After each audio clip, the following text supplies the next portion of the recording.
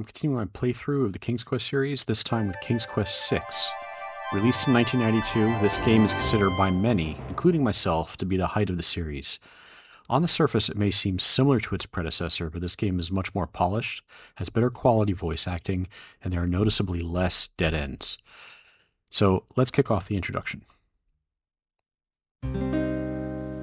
Long ago, in the castle of a kingdom called Daventry. I like how it begins with Cassima's theme from the last game. You immediately know what this one is about. Alexander, here you are. Oh, you're still not thinking about Cassima, are you? I suppose I am. Son, it's been months. You've got to pull yourself together. After all, you only met her that once. I know. Have you discovered anything about the land of the Green Isles? No. No one's even heard of it. It's like she's just vanished. I wish I could help. Please try to think about something else, dear. I'll try, Mother.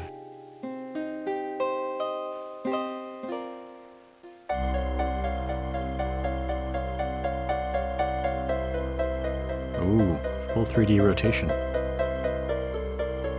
Albeit low res.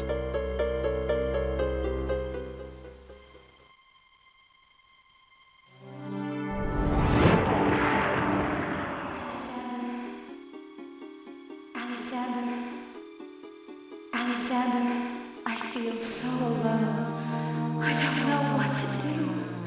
Alexander, I wish you were here. Alexander, Alexander, Alexander. Cassima! Wait! Mother! Mother, come quick! Alexander, what on earth? You're white as a ghost. Mother, I saw Cassima. She was in the mirror. In the mirror? The magic mirror? Yes! And it showed me how to find her. How? The stars! I saw the stars outside her window. I can navigate by the stars. Oh, Alexander, if you really go... It will be all right, Mother. I promise.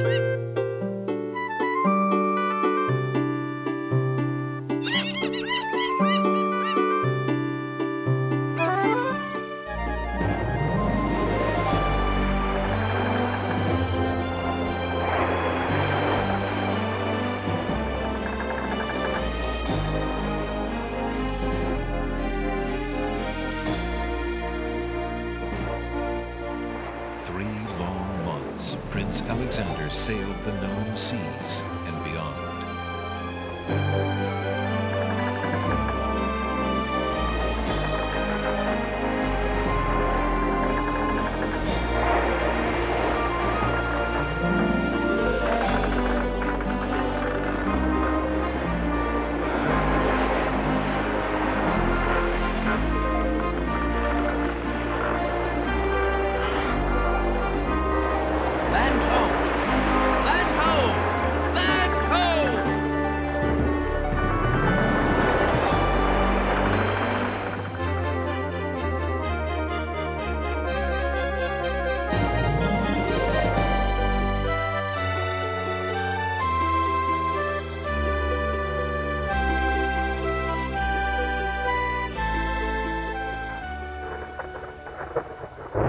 As the ship nears the shore, day turns to night and the sea turns violent.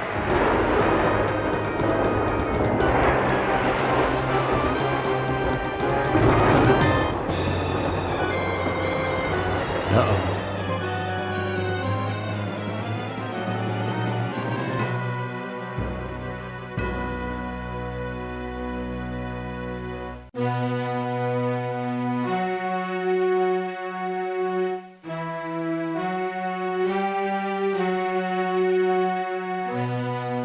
I know today 3D is everywhere, so these scenes probably all look quaint, but in the early 90s, no one had 3D cards. The only way to see 3D graphics were pre-rendered cutscenes like these, and this was considered state-of-the-art.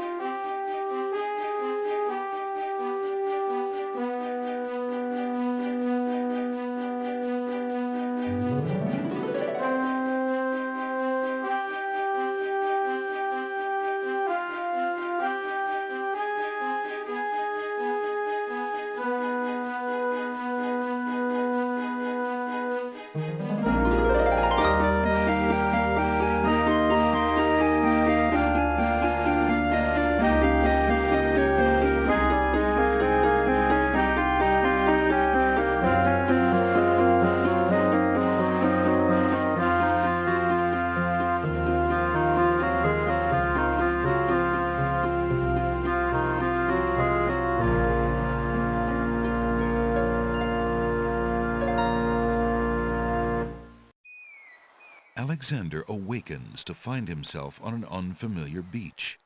For a moment, he is too dazed to remember how he got here. Then, he does remember. The shipwreck, the sea. Just as he had seen his men safely into the lifeboats, a gigantic wave picked him up and tossed him overboard into the churning sea. That was the last he'd seen of his crew. Debris from the shipwreck is scattered along the shore, but of the lifeboats and his men, there is thankfully no trace. He can only hope and pray that the lifeboats survived the currents, and that his men made their way safely back to Daventry.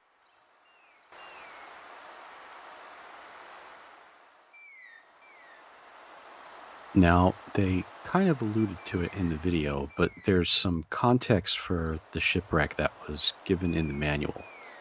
It was common for games of this era to rely on manuals for storytelling that couldn't fit in the game, or for games to reference the manual for copy protection, as Sierra often did.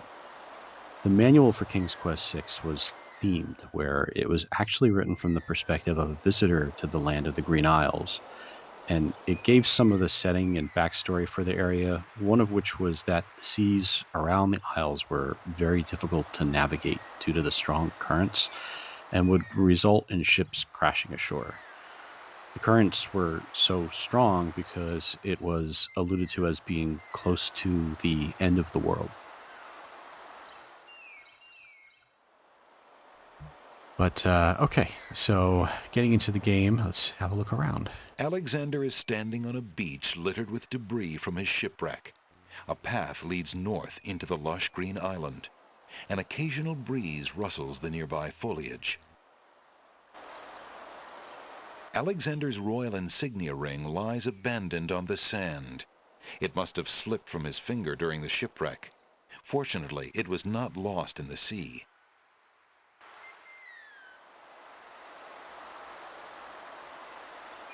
Alexander picks up his royal insignia ring from the beach.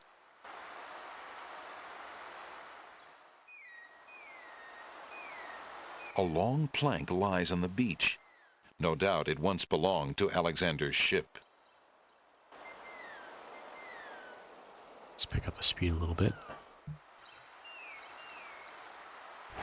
Alexander pushes the plank to one side. A box has been partially buried under sand.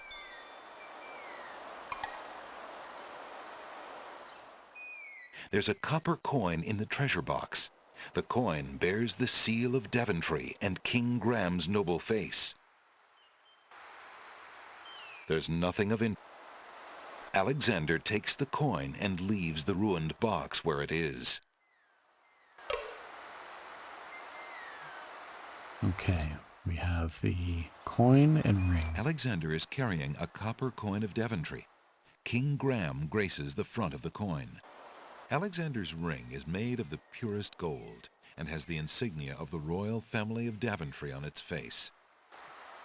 So, One of the things you may notice here is the graphics for the characters and background scenes are all in traditional VGA colors and resolution.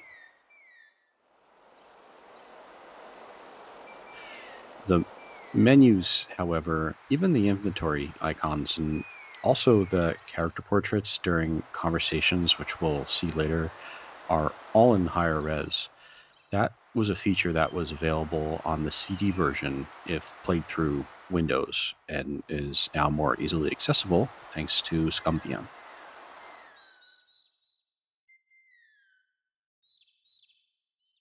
Actually, I think this was Sierra's first attempt at higher res graphics, even if it's kind of mixed, but was exceeded later by King's Quest VII.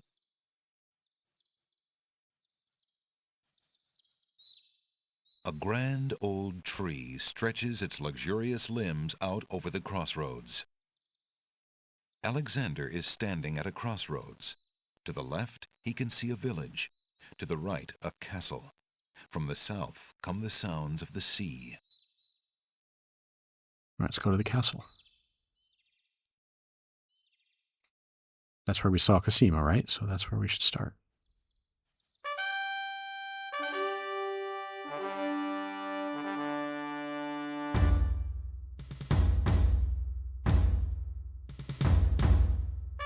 I like this theme, by the way. The castle appears to be of Moorish architecture.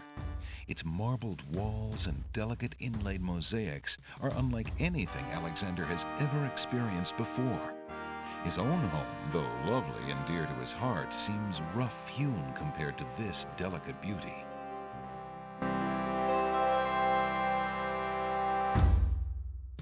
Two guards take their stance in front of the castle doors. They look quite fierce and have the stiff, blank expression of soldiers on formal duty. Alexander politely addresses the odd-looking guards at the castle doors, hoping to learn more about his predicament. Good day to you, guards. I was cast upon this island in a storm, and I'm a little confused about my location. Could you tell me what place this is and who lives in this castle? Hey, what is that you say? A castaway? A likely story. We haven't had any foreigners in this part since Alhazred arrived. Don't be so rude, Gruff. He's not asking for any secrets. You're standing on the Isle of the Crown, lad, and this is the Castle of the Crown. The royal family resides here. Rather, what's left of the royal family. The Isle of the Crown? But tell me, am I anywhere near the land of the Green Isles? This is the land of the Green Isles. The Isle of the Crown is the main island, foolish boy. Then Princess Cassima must live in this very castle.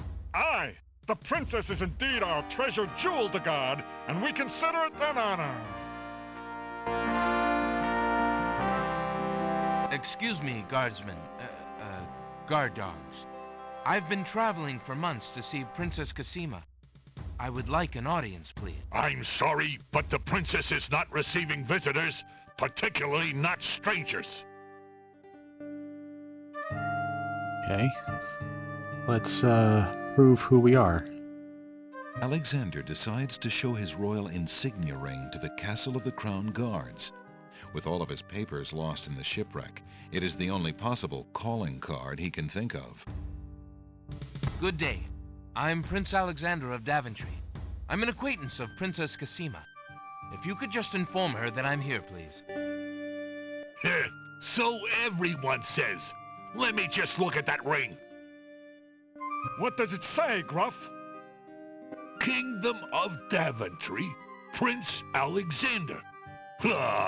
Wait here while I go see what Captain Saladin thinks of this.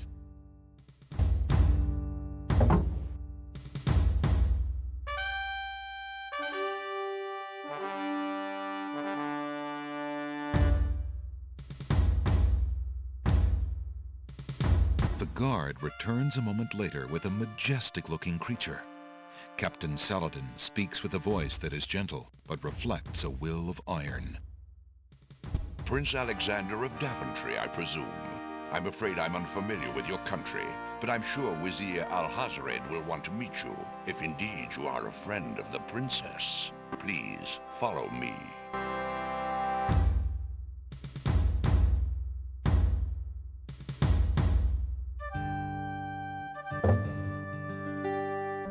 Lord Alhazred, a visitor to see you. Prince Alexander of Daventry. What is it that you seek, Prince Alexander? Pardon the intrusion, my lord, but I came to see Princess Cassima. Some months ago, my father, King Graham, saved my family and I from imprisonment under an evil wizard named Mordak. The same wizard that kidnapped the princess? Exactly. Notice When the my father sparkling eyes rescued on that us, guy. He also liberated Cassima and sent her home. Then your father has my gratitude, and that of the entire kingdom. But I'm afraid I still fail to see the purpose of your visit. Well, I came to make sure that Cassima arrived safely and to pay my respects. Before we parted, she gave me an invitation to visit. I have no doubt she did exactly that at the time, Prince Alexander. However, things have greatly changed for Cassima since her ordeal in Mordak's castle. Cassima's parents both became ill and died while she was gone. Cassima is sequestered in mourning for them as befits a princess. She is not receiving visitors of any kind. Even if she were, I do not think your visit would be appropriate. You see, it is time for Cassima to take her responsibilities seriously. With her parents gone, she no longer has the luxury to be a carefree maiden. As was her parents' wish, Cassima and I are to be wed. We shall rule the kingdom together. I assure you, our marriage is all Cassima wants now. As a prince and a gentleman, it would be best that you leave before there is any further embarrassment. I see. I suppose that I was mistaken. I thought for certain that Cassima... Well, I apologize. A young man sees what he wishes to see. I'm sorry you've wasted your time traveling to the land of the Green Isles. May your journey home be swift. Perhaps I will take the opportunity to look around your fair land while I'm here. I would advise against that. The kingdom is rather, shall we say, inhospitable these days. But it is your neck. You may risk it if you please. Captain Saladin will escort you from the castle. Good day.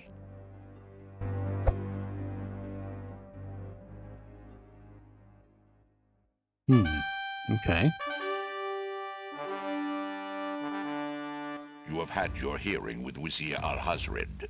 I trust you will respect his wishes and not return. I have been instructed not to let you into the castle again. Good day, my lord. Captain Saladin whispers something to the guard dogs at the castle gate, and they nod with understanding.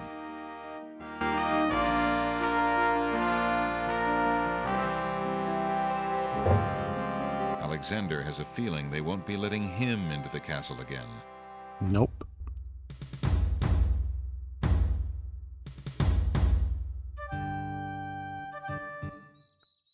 All right, already you can see that just the quality of the voice acting and even the dialogue is just significantly improved from King's Quest V.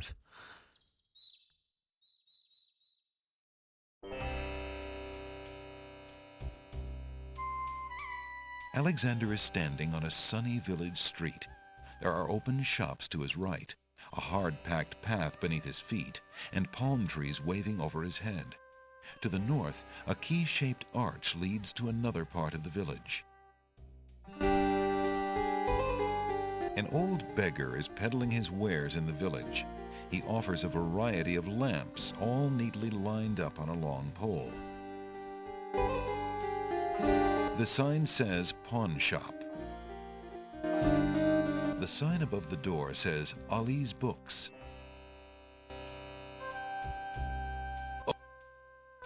Oops. Old lamps for new. Good day. Good day, merchant. What can you tell me about the land of the Green Isles? I can tell you she is in a dark time. Without the ferry, communication between the islands has ground to a halt, and so nearly has my business. Why the long ages of peace have ended, and why the crown has not done something about it is beyond me.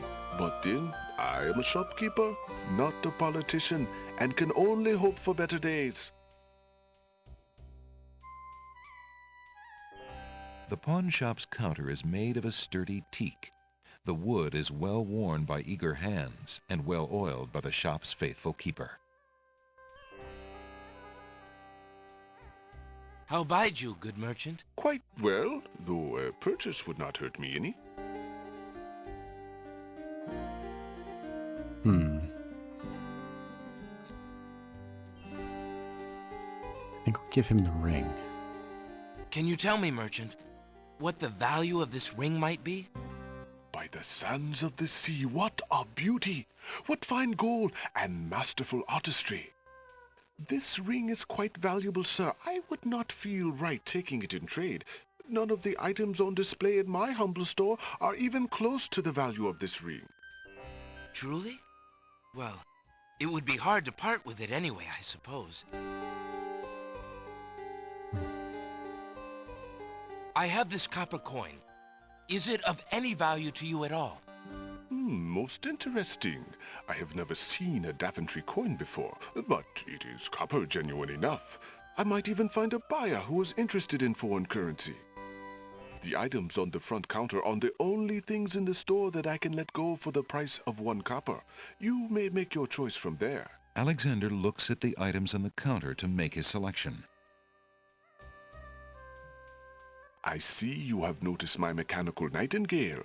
She is made of plain tin, but she sings the sweetest song you can imagine, barely distinguishable from the real thing. The flute is only made of plain wood, but its notes are fine and true. Ah, yes, the painter's brush. It was well used by one of the island's best painters. There's a lot of creativity in that brush, and its bristles are still in good condition. Have you an interest in tinder boxes? This one is only slightly battered. It holds a good supply of flint, a sturdy striking pad, and even a candle in case you find yourself with naught else to hold the flame. I think we start with That the mechanical nightingale. nightingale looks intriguing. I believe I'll take it. Very well. Your coin is well spent. Remember, this is a pawn shop. I am always willing to take back my own goods in trade. I'll remember. Thank you.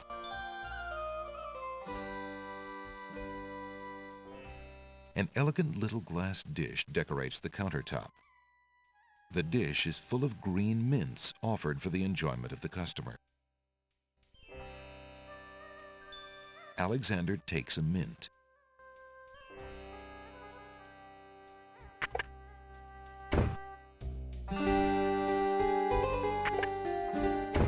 Hello. I will be right up. Now, what can I do for you? Good day, sir. I'm a stranger in this land. What can you tell me about the land of the Green Isles? That is quite a question, young man. Who are you, and what would you have me tell you? My name is Alexander. I know I'm on the Isle of the Crown, but I'd like to know whatever you can tell me about this island, and if there are other islands nearby. You are indeed a stranger. Anxious is the man who knows not the customs of the land beneath his feet. This island is called the Isle of the Crown, because the royal family's castle is here. Besides the castle, we also have this village, and the docks over to the west. There are at least 3 other islands. The Isle of the Sacred Mountain, the Isle of the Beast, and the Isle of Wonder. At least 3? Does no one know for certain?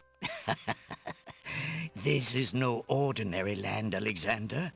The land of the Green Isles has always been a place of vague boundaries, as if islands come and go. Legend speaks of a fourth island, an isle shrouded in mists. I myself have never seen it. Then, too, the land of the Green Isles is said to exist on the boundaries of this world and the next. Even darker places are reputed to be closer here than anywhere else in the world. That's quite a claim. Claim, yes, but probably just local superstition. We who live here on the Isle of the Crown, at least, sleep well enough at night.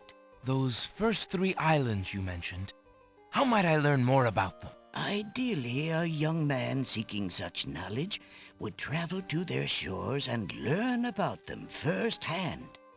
Meeting the leaders of each place would be helpful, naturally. Unfortunately, the ferry no longer runs between the islands.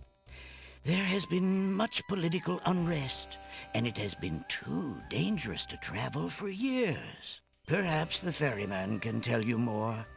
He has little enough to do these days. And if you haven't been there already, you might seek an audience at the castle. Thank you kindly, merchant, for all your good advice. Ah, but advice is free, Alexander.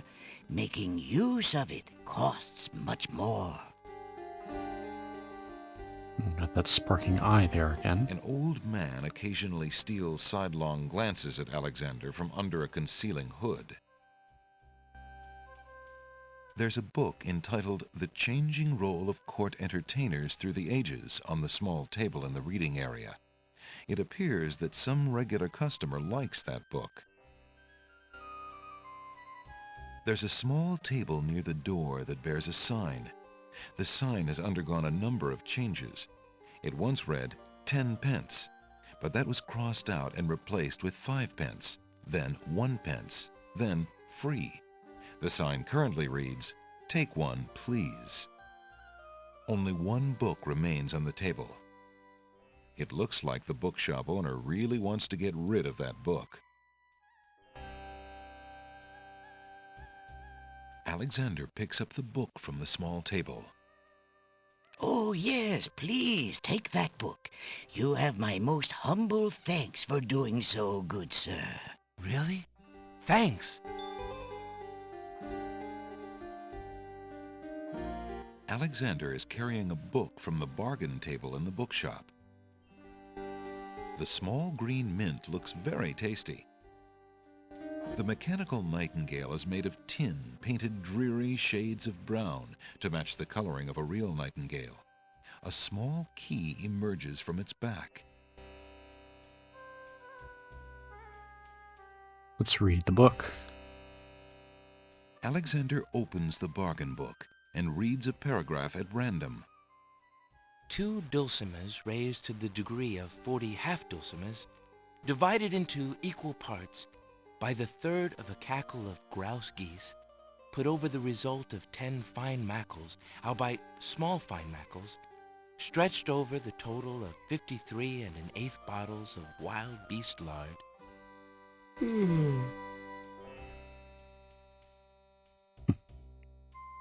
Phew, what an incredibly boring book. No wonder the bookshop owner wanted to get rid of it so badly. Okay.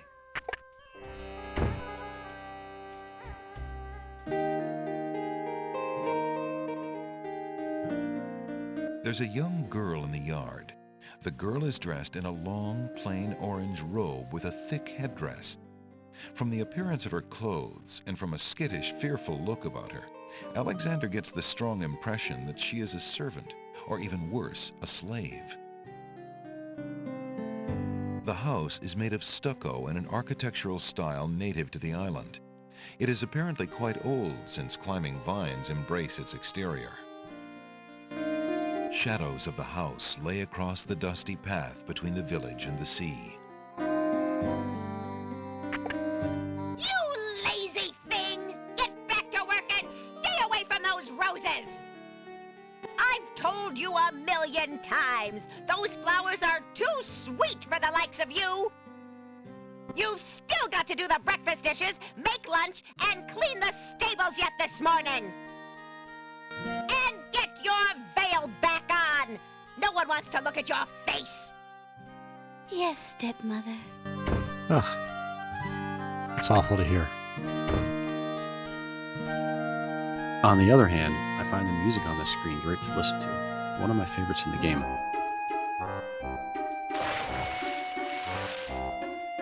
Hey, stranger, come join me. The water is wonderful, and I can show you the way to the next island. Can you now? A young boy is happily swimming in the sea off the docks.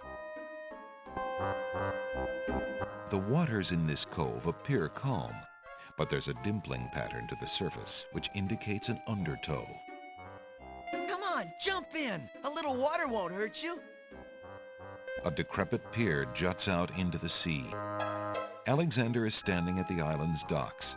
Both the pier and the only boat in sight are in sad repair.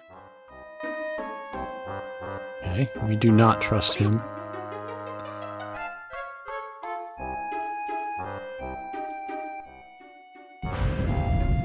That's strange. The young boy in the water just disappeared. Oh well, perhaps he just dove under the water.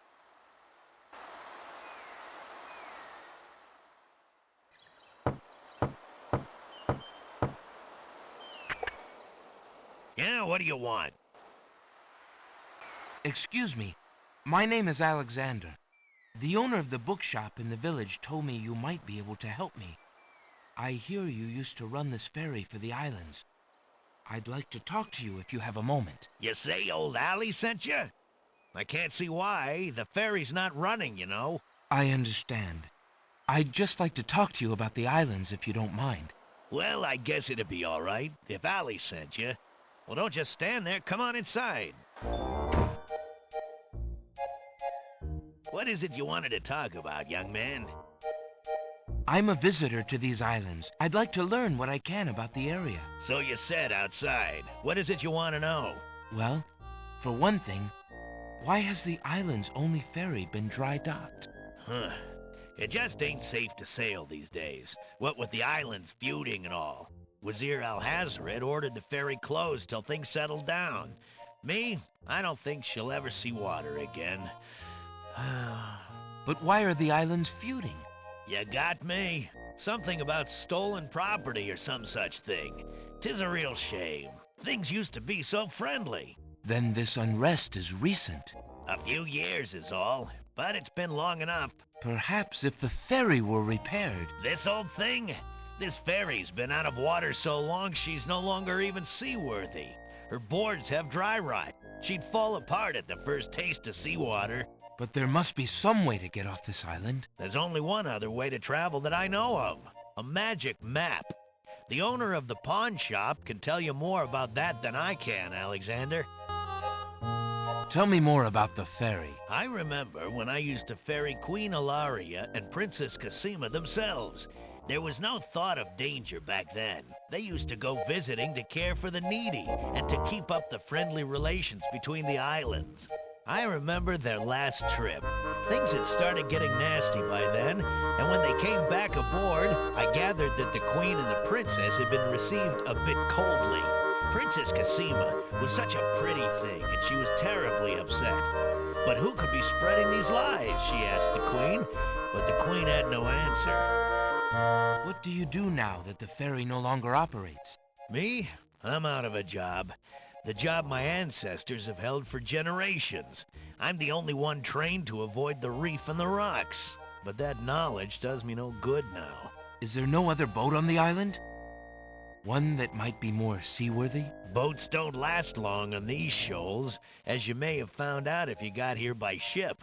You can be quite sure that this old ferry is, or was, the only craft on the island. Tell me more about Princess Cassima. Ah, such a beautiful child, and so pure of heart. Why, a contrary thought has never crossed her mind. Her mother was the same. The king and queen, they served the islands, not the other way around. Always thinking about the people.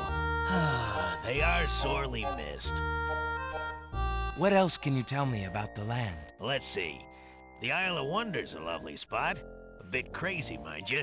Gotta have a good sense of humor to enjoy a tour there.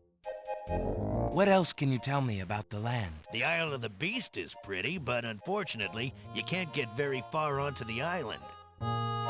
What else can you tell me about the land? The inhabitants of the Isle of the Sacred Mountain are the most gorgeous creatures you'll ever see. If you ever get to see them, that is. What else can you tell me about the land? The Castle of the Crown sure is a beauty. She's the finest palace ever built, I'll warrant. What else can you tell me about the land? Some say that the land of the Green Isles is near the edge of the world, and that the deadly currents are a result of a magnetism that sucks life from this world to the next. Of course, that's just silly talk. Okay. There's a rabbit's foot on the table. It seems the ferryman is counting on a little luck. I see you have a rabbit's foot. Has it brought you much luck? As you can see, my luck's been out for some time now, despite that old charm. Why don't you take it with you? Perhaps giving the darn thing away will bring me good fortune at last. Perhaps it will at that. Thank you. Well, I think I'll be going now. Thanks for allowing me into your home. Posh, not at all. It breaks the boredom, if you know what I mean.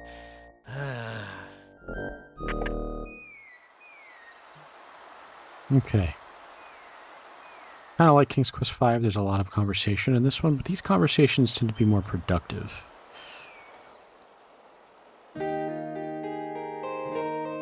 Like there's things that you can learn.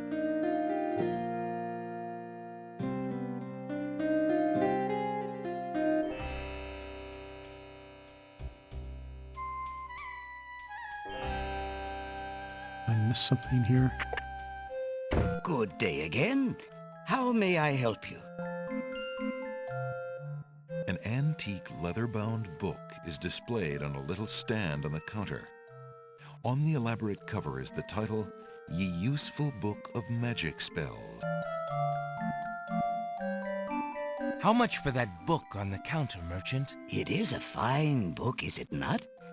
I obtained it from the estate of the one and only magician this kingdom has ever had.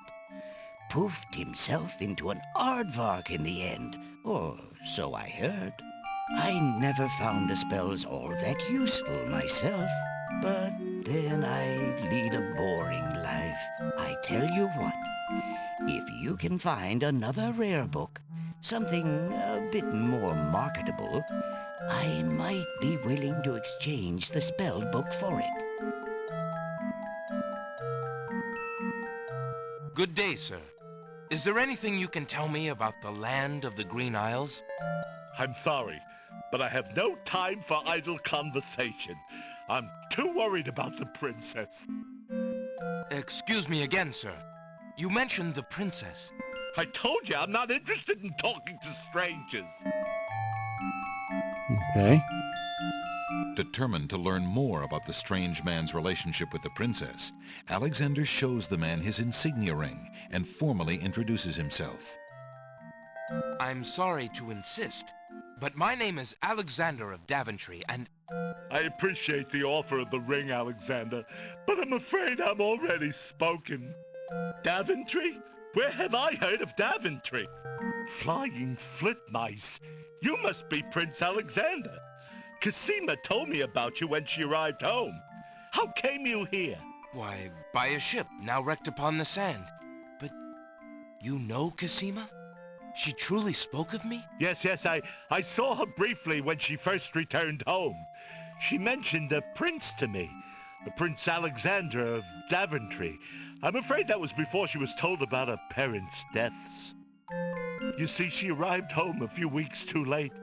The king and queen thought they'd never see her again. It is said they died of heartbreak. I'm afraid she's blamed herself. What a terrible homecoming. If we had only known. Terrible indeed, poor thing. Everyone in the kingdom seems to despair with her these days. The streets are silent. Where is she now? The princess is sequestered in mourning. It's a rather dated tradition, and not required, but the Vizier says she insisted out of respect. I see. You've yet to say who you are, and how you know the princess. I? Oh, pardon me. My name is Jalo. I am clown to the royal court, and have been since the marriage of Cassima's parents, King Caliphon and Queen Alaria. Oh, those were the happy days. The pair of them were so full of joy and life, so in love. And Cassima's birth. It would be hard to explain how long they had waited, how they had hoped for a child. I mean, she was such a charming little thing, smart as a whip, kind and sweet. Oh, she means everything to this kingdom, Alexander, and to me. I'm so terribly worried about her. About her grief over her parents, you mean? Well, the truth is, I do not trust the Vizier or his plans for Cassima. I'm still living at the Castle of the Crown as court clown, his clown. But it is more to keep my ear to the ground than out of loyalty. I wish I knew what the princess thinks these days. If only I could find Sing Sing, Cassima's pet nightingale. I might be able to send the princess a message. As it is, I must wait for the end of her seclusion. Now I'm afraid I must hurry back to the castle. I'll try to return to the bookshop again later. Thank you for speaking with me, Jalo. I hope we meet again soon.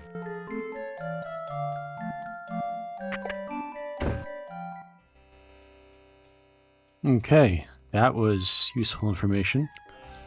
These shelves hold a collection of oddly titled guidebooks.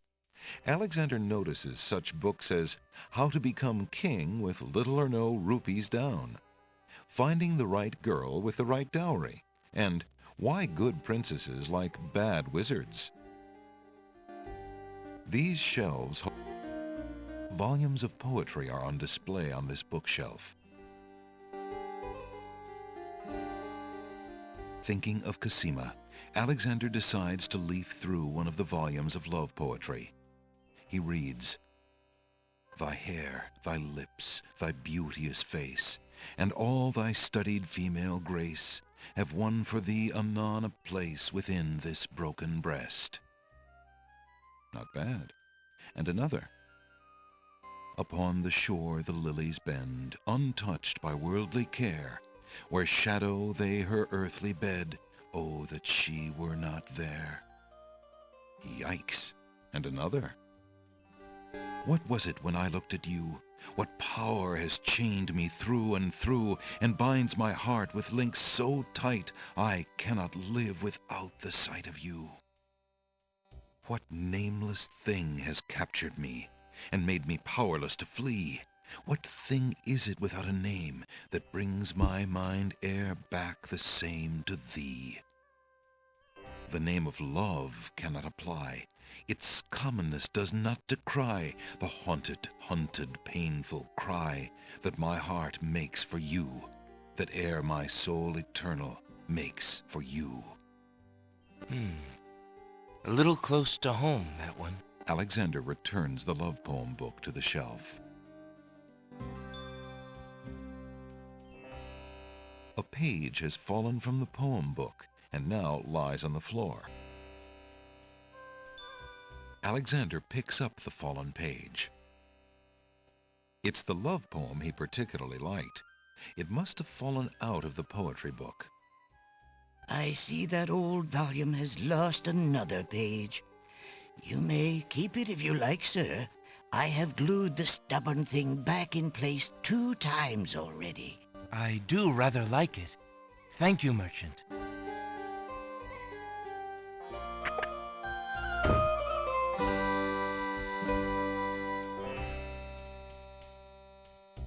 Okay, now to the pawn shop. Oh, and look who's here. Our mystery genie. The pawn shop owner is a mysterious fellow. His face is old and inscrutable, and there's a glint of sheer iron in his gaze. Still, Alexander senses this is someone he can trust. Excuse me, merchant, But the ferryman mentioned that you might have a magic map of the land of the Green Isles. Why, as a matter of fact, I do. I keep it under the counter. It's been gathering dust so long that I nearly forgot about it. It was quite a few years ago, you see. The estate of a wealthy wizard fell into my hands when he died. It was useless magical junk mostly, which reminds me, I've still got some things of his in the back that I need to dump out. Anyway, the magic map was the one true treasure in the lot. The wizard was quite old and feeble and had enchanted the map to aid in traveling. It is said that one need only desire to be on an island depicted on the map to find oneself there. It is a very valuable map, as you can imagine. Unfortunately, no one is interested in traveling these days. It is far too dangerous with the current state of the kingdom. What would you take for the map? I would normally want something magic in return, but since I am hardly overrun with prospective buyers, I would be willing to take anything of equal value in exchange. Okay. This is where we offer the ring. Would you be willing to take my family ring in exchange for the magic map? Daventry, are you a king then? No, that's my father, King Graham. I'm just Alexander. Well, Prince Alex, she is a beautiful ring.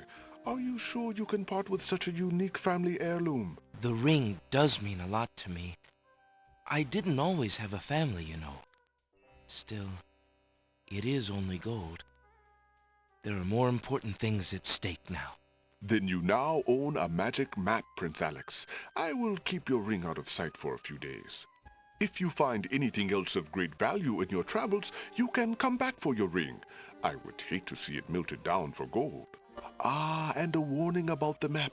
It will only operate when you are out in the open and within sight of the sea. The limitation has something to do with the teleport spell ingredients. You might try the beach. Thank you. You are very kind. And I'll remember about the map. Suddenly, the old man in the concealing cloak sneaks past Alexander, and with a sneaky dart of his hand, steals a mint from the candy jar. He likes those mints. The old man stuffs the mint into his mouth and wobbles unsteadily out of the pawn shop.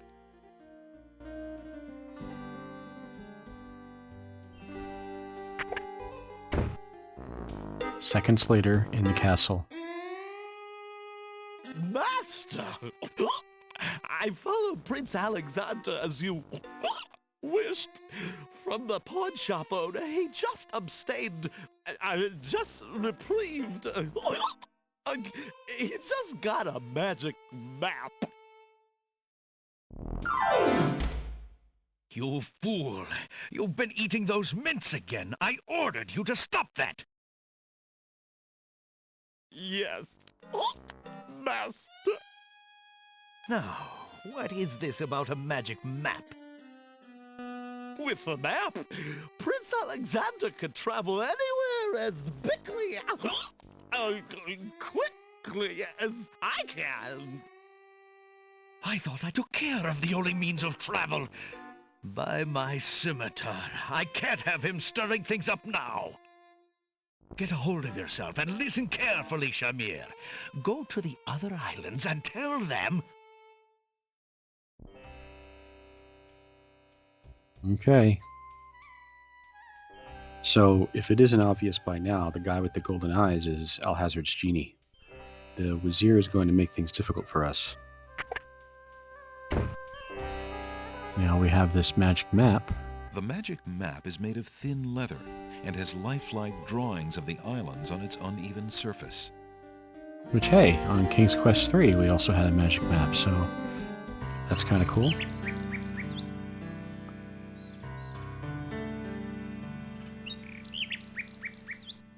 It's our pixelated nightingale. A nightingale perches on a high branch of the tree. She sings the most beautiful song Alexander has ever heard. This would be Sing Sing that Jolo talked about. We have a mechanical nightingale. Alexander winds the mechanical nightingale and places it on the ground.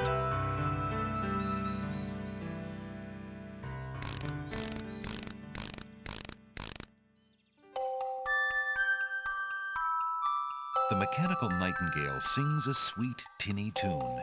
The real nightingale in the tree cocks her head and listens intently. The nightingale flies to a lower branch and looks at Alexander curiously, as if she were deciding that this human might not be so bad.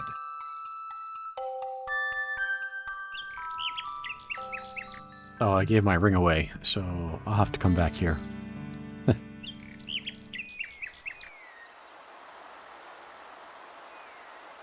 Okay.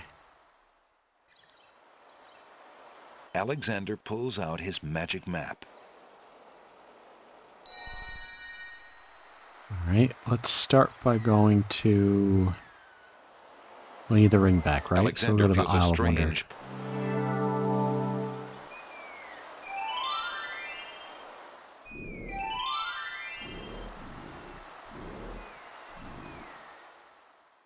Alexander is standing on a rocky beach. To the north is dense tropical vegetation. Near the shore are a dozen or so oyster beds. One of the oysters is sitting up in bed and doesn't look very happy. He seems to be the only one who can't sleep. In the oyster's mouth, Alexander can see a glint of white. A string of letters floats in the water. The letters spell out, "Where are you going?" Alexander's heard of alphabet soup, but this is ridiculous. Why aren't you asleep like the other oysters? Oh, I'm so weary, but I can't sleep. I have a terrible ache in my mouth.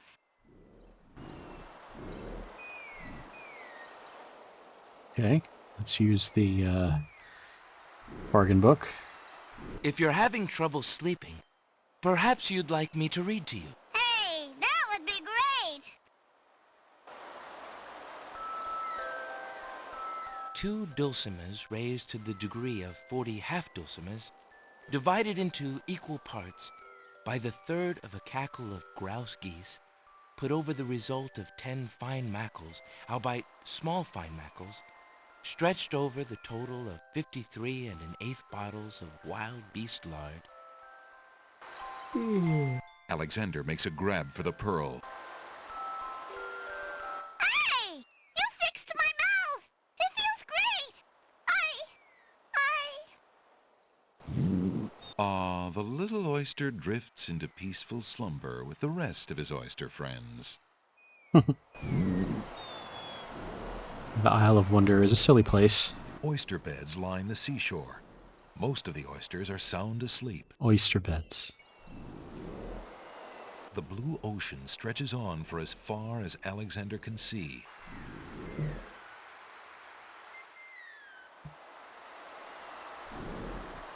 The ocean is not as calm as it appears. Underwater currents tug at Alexander's leg. I'll have to wait for the letters to drift ashore.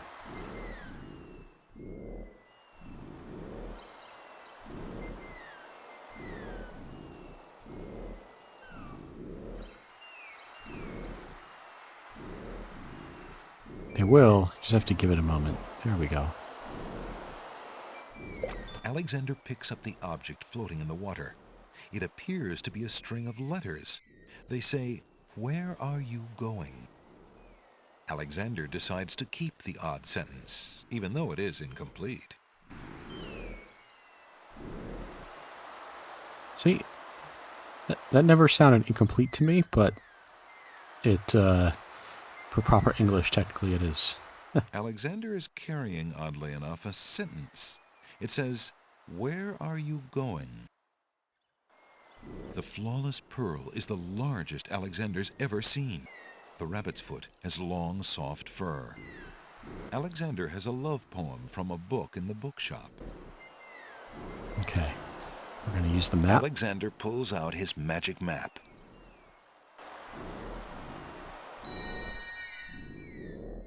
We'll go back to the Alexander feels a strange pulling sensation.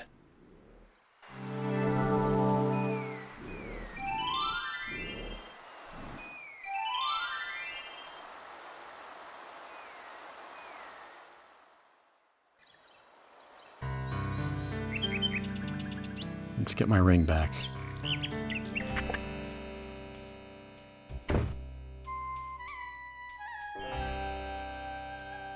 A large round pot is one of the pottery pieces on display outside the shops. He just dumped stuff in there. Is there anything that he dumped? Alexander sorts through the odds and ends that the pawn shop owner dumped into the pot. Magic exploding gum wrappers, a shattered crystal ball, a cracked wand, a fake thumb. Near the bottom, Alexander finds a little glass bottle labeled ink. It appears to be empty, but Alexander decides to take it anyway. You never know when a small bottle will come in handy.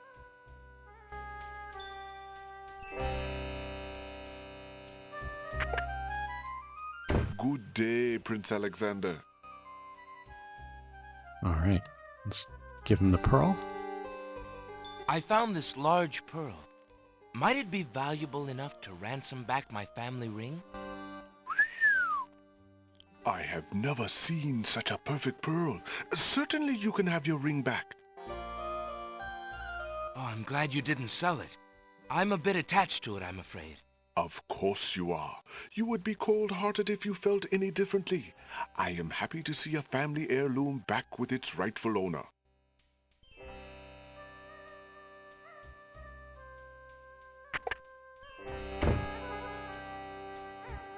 Okay, so now we have ink. Alexander's carrying a little ink bottle. It appears to be empty. It is not quite empty.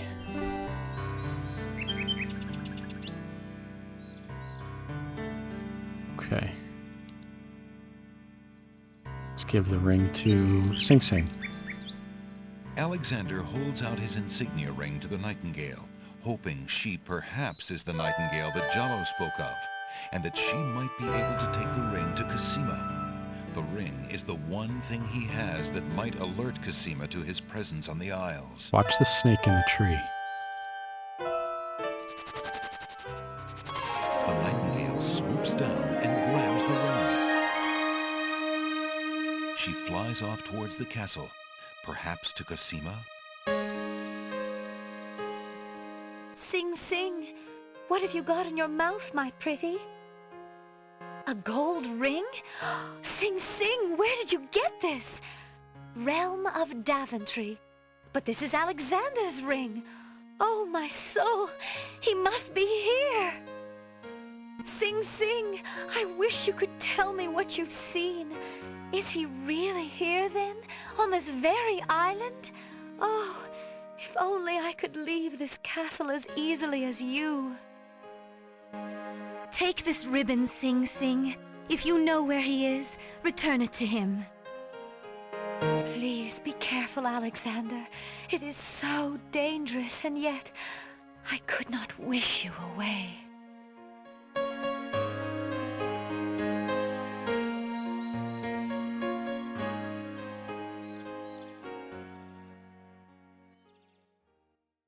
The little bird makes a delivery. It's a red velvet hair ribbon. Could it be? Could it possibly belong to Cassima herself? Or am I merely wishing it were so? Oh. The lady's hair ribbon is made of the finest red velvet. A long strand of black hair is caught in the ribbon. Alexander examines the red ribbon and finds a strand of long black hair. The strand of hair from the red ribbon is the color of midnight. Alexander can only hope that it belongs to his true love. Okay, we'll carry around a hair in my pocket. Let's give the love poem. There's no reason to use. Alexander holds out the love poem, hoping that the bird will deliver it to the same place she took the ring, in the chance that the receiver might truly be Cassima.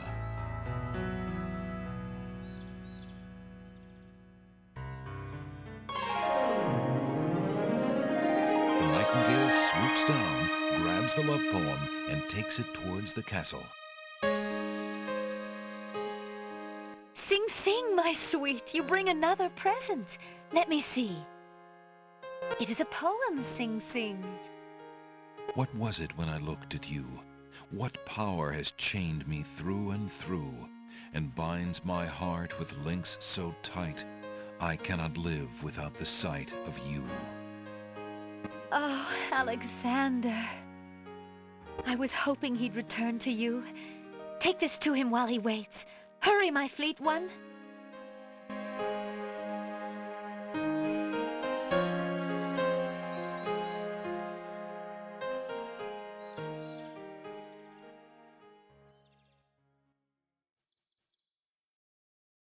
The little bird makes a delivery. It's a note. Dearest Alexander, I cannot believe you are here, my friend. Please, please be careful. Abdul isn't about to let anyone interfere with his plans. Watch out for Abdul's genie, Alexander, and do not do anything rash. I am not without resources, and I will prevail if I can only find some small means of defense. Do nothing to try to get to me. You must not be endangered again for my sake. Greatly in your family's debt, Cassima. Alexander's hand trembles as he reads the note. For the first time in his long search, he has heard her voice again, if only in writing. No words of love, only friendly concern. Friend. Is the maiden merely shy, or does she regard him only as a brother?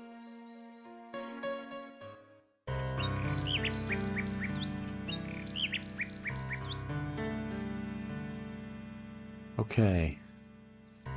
Let's see. We have that note. Alexander is carrying a message from his beloved Cassima. All right. At this point, let's see. Save. We want to travel further inward to the...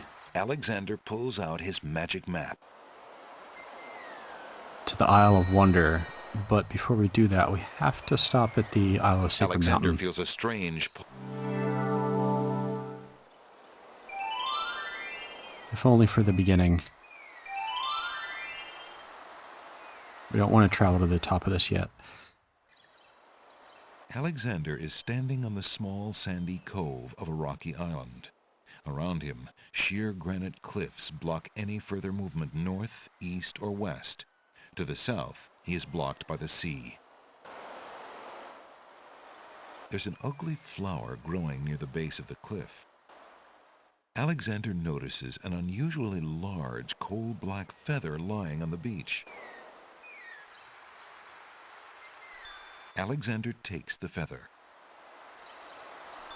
Alexander picks the flower and is startled by its hideously strong, skunk-like odor. For a moment, he can smell nothing else. There appears to be something etched into the face of the cliff. Alexander decides to get closer. Ignorance kills, wisdom elevates. As this is part of the puzzle in order to scale the cliffs, and we'll need the manual for that. Which, I forgot to bring with me. I don't have it yet. Well, we're coming back here later anyway. We want to continue to explore the Isle of Wonder. Alexander pulls out his magic map. Alexander feels a strange pulling sensation.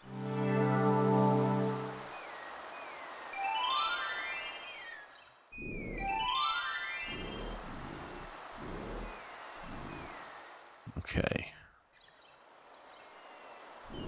Now we have the guards of the Isle of Wonder. Alexander hears someone coming.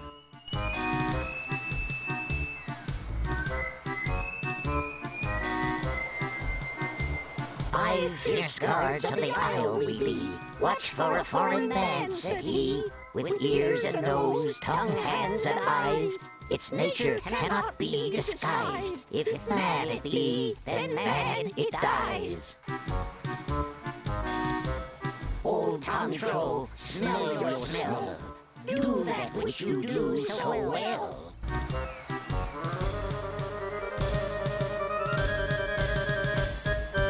So this puzzle, we have to fool each of these gnomes, which focus on one sense of the 5 senses. So the first one is smell, so we're going to take the smelly flower. Colors of flame burst from the center of the incredibly stinky flower and drip onto its petals.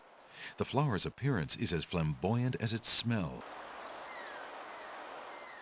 Alexander holds the flower of stench out to the gnome with the jumbo nose. Tom Trow I am, that's all I'll be. My nose knows all on land and sea. A flower of stench has washed ashore. A flower 'tis all, and nothing more. He's got those allergies. You Grovenor, do your duty as you swore. With your ears, please tell us more.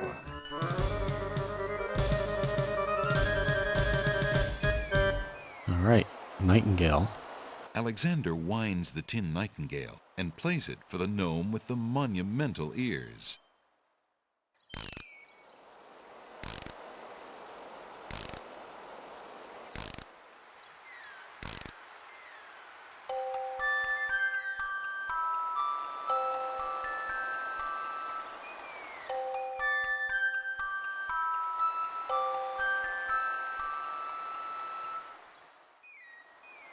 A nose is not a way to spy. My ears cannot be told a lie. A nightingale is all there be. No man is near, and so say me.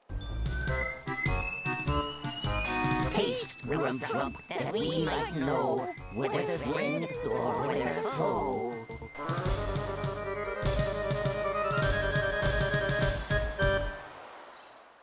Give him a mint. Alexander holds the mint out for the gnome with the gigantic mouth.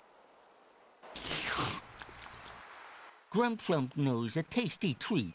It matters not what others bleat. No danger is this one so sweet. Trilly dilly, use your hands.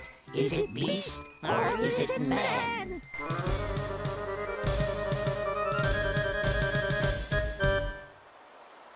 Rabbit's foot. Alexander holds the rabbit foot out for the gnome with the huge hands.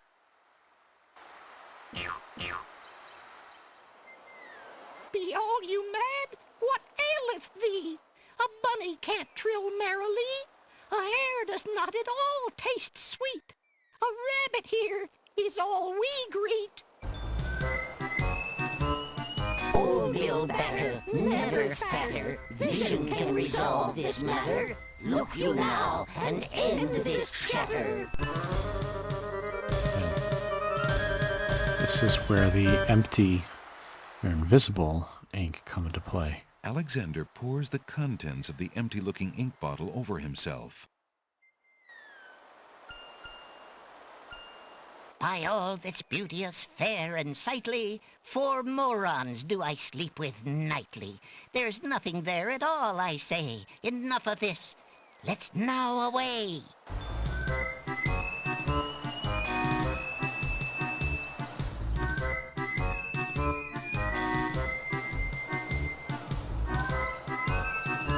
Alexander did it! He's fooled the guards! All right. Let's progress deeper into the island. The Isle of Wonder Swamp oozes with muck, moss, and mud. Crickets and frogs sing an endless serenade, and the green filtered light adds to the sense of dampness here. The fallen log has a good-sized knot or bump. A stick is stuck in the middle of the swamp. Stick in the mud. Bump on a log.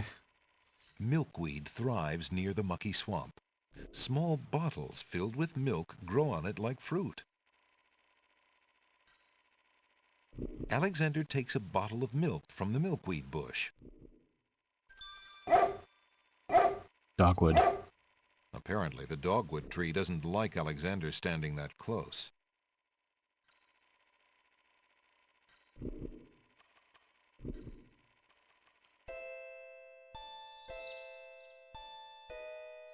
Alexander is standing in a delectable garden. Nestled in the bright green grass are colorful plants growing in orderly clusters. Some of their curious faces peer up at Alexander from the sides of the path. The garden ends at a speckled gate. Unless Alexander is mistaken, those plants must be baby's tears.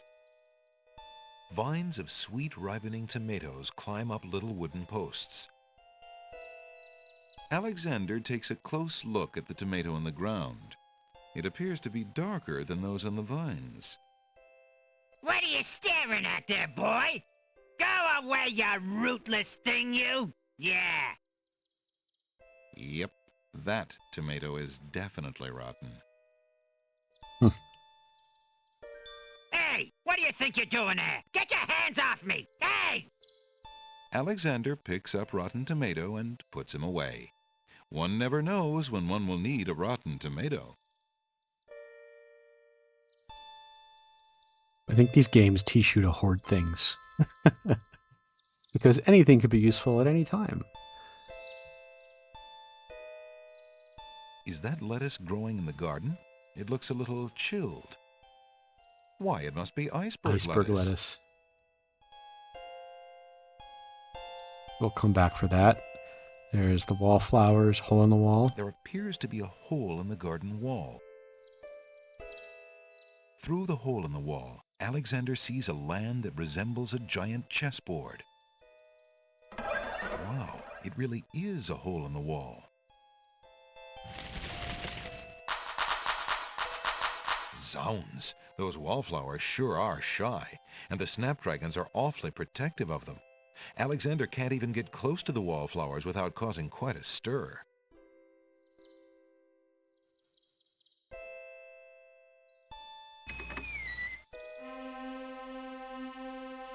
Alexander is standing at the edge of a strange land with rolling checkered hills. Two chessboard knights stand before the marble entrance, guarding a path which wanders like a ribbon into the velvety hills.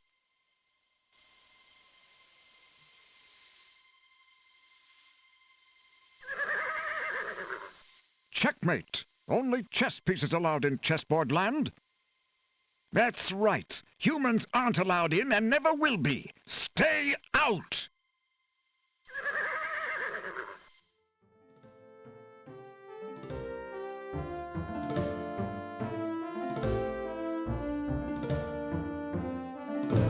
I must insist, Your Highness.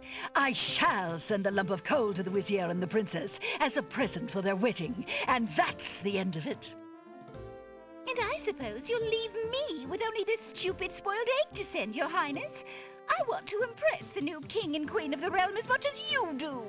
As queen of this island, I have every right to that lump of coal. Who isn't queen of this isle? The lump of coal is in my possession. Therefore, I shall do as I please with it. Besides, there's nothing wrong with that spoiled egg. The egg, though delightfully spoiled, is not nearly so valuable as the lump of coal, and you know it. Your Highness always got to carry the singing stone. It's not fair that you get the coal, too. That doesn't count. The singing stone was stolen by that horrid beast. I shall get to keep the coal just because my stone was stolen. So the beast stole the stone. Your stone! It belonged to the Isle of Wonder treasury. Your Highness always thinks that everything is hers. Excuse me, my good man, but could you settle an argument for us? Which of us should get to carry the coal and which the egg? Remember, white is the color of deserving truth and virtue.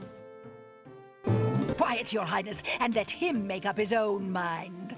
I, for one, shall be more proper, and not even mention the fact that red is the color of love. I'm sorry, Your Majesties. I'm partial to both red and white, but I'm afraid that I don't know how to solve your problem. One of you will just have to be gracious and allow the other the lump of coal. What a ridiculously stupid idea. Quite ludicrous. He was a lot of help, wasn't he? Oh, yes. Obviously a man of high intelligence. Okay. The lump of coal goes much better with my gown anyway. Black and red are imperial colors. That's the silliest thing I ever heard. Red does not go with anything, being much too self-conscious. White is the perfect accompaniment to any color.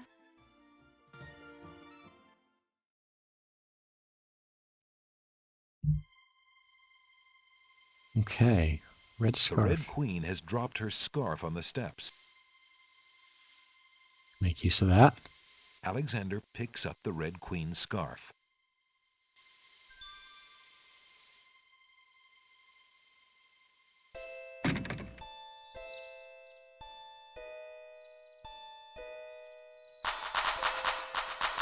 Those snapdragons don't like Alexander getting so close. Okay. Then let's not. I do have to come back here. Go to the pawn shop first, exchange my nightingale.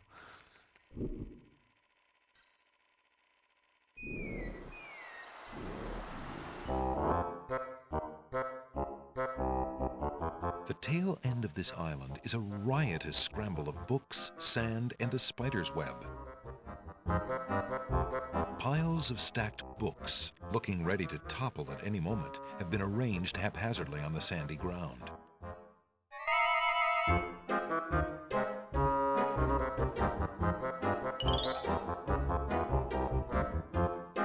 What do you think you're doing? I'm sorry.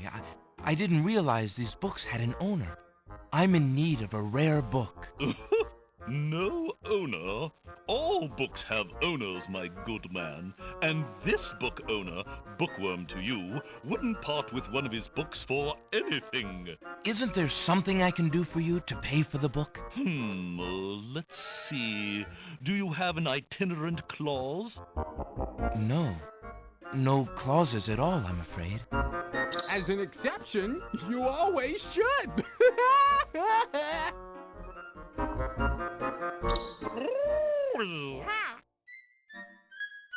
Don't mind oxymoron and diphthong.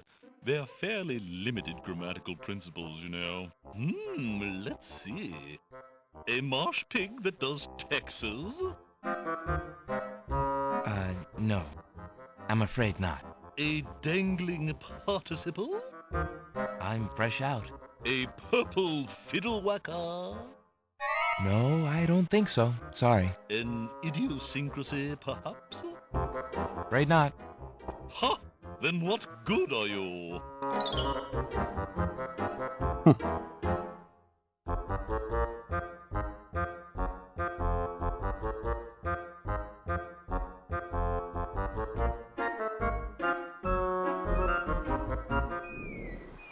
Okay. Let's go back to Isle of Crown. Alexander pulls out his magic map. Alexander feels a strange pulling sensation.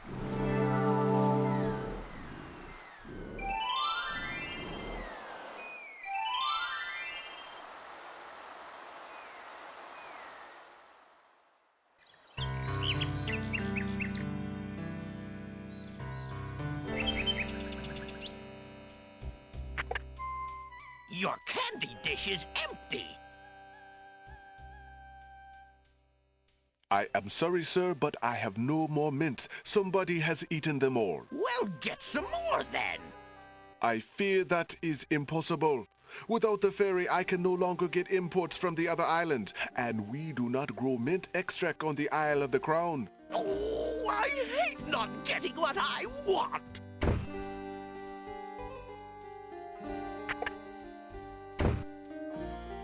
Poor genie. No mint. Okay, let's trade the nightingale. Would you mind if I traded this in? Of course, Prince Alex. Please choose something in exchange for the items on the counter. Alexander looks closely at the items on the counter to make his selection. I'll take the flute. I'll take the flute. The flute? Very good, Prince Alex. May its music always be sweet. Feel free to trade it back at any time. Thank you.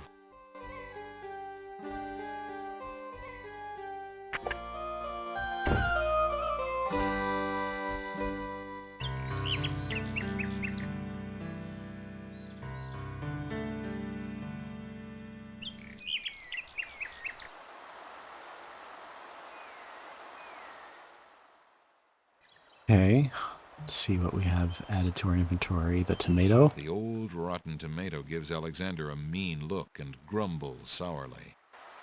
The Scarf. scarf is made of red silk. Milk. The glass bottle is full of milk. How strange for a plant to produce not only milk, but a container to go with it. The little flute is carved from a single piece of wood and has tiny finger holes on the shaft. Alexander is carrying an unusually large black feather. Okay. Travel back to Alexander Isle of Wonder. Alexander feels a strange pulling sensation.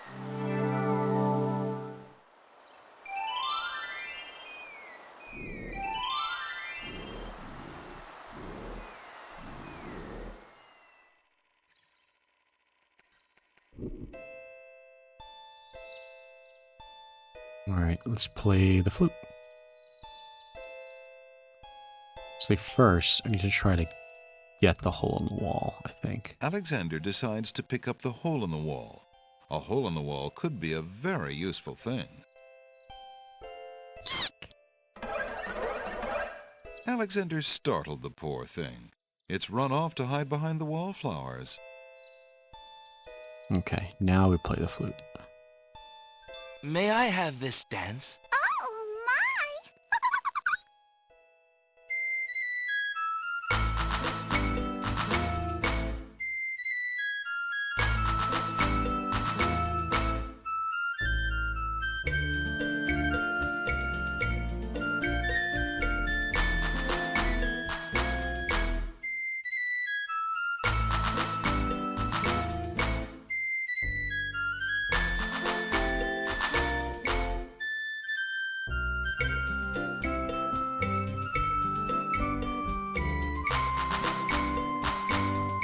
Alexander stops playing the flute, but the wallflowers and snapdragons continue to dance, caught up in the music and oblivious to everything around them.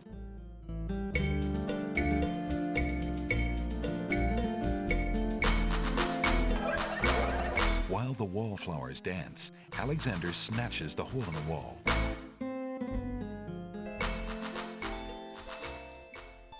Okay, now get the lettuce. Alexander picks a head of iceberg lettuce. Ye gads! Is that cold?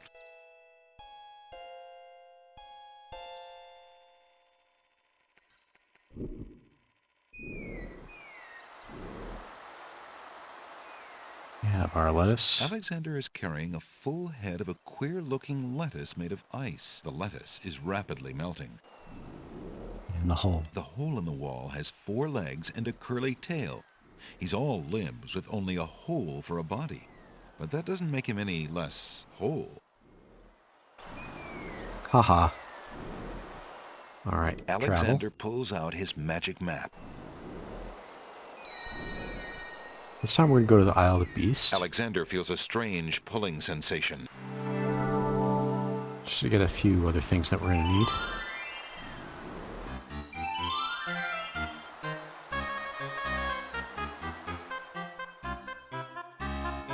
There's an odd little creature dangling from that tree branch. Hello, friend. Aren't you an odd-looking little fellow? I'm not odd-looking, you are. Oh, I'm sorry. I didn't realize you could speak. Speak not. Funny is, speech I am and nothing but. You speak strangely, friend. Strange, my speech is not. Eloquence I speak with. Yoda you speak like. But who are you? And why are you here? Away I fly my home from. Lost I am therefore. That's my name too, can you guess not? It's what I do this branch with, and the way I speak of. dangling participle.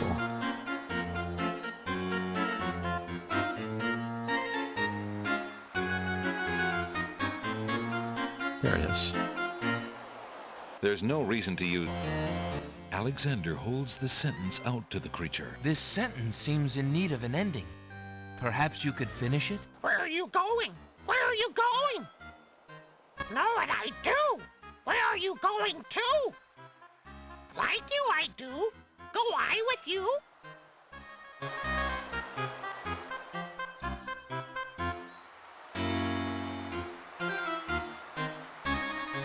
Well, that was certainly interesting. It looks like Alexander now has a passenger.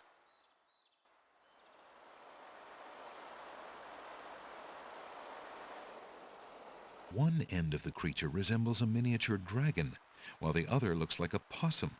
What a strange-looking fellow. Alexander is traveling on a path through a dense forest. The woods on either side of the path are teeming with wildlife. Blocking his progress north is a pond that boils with a magical intensity.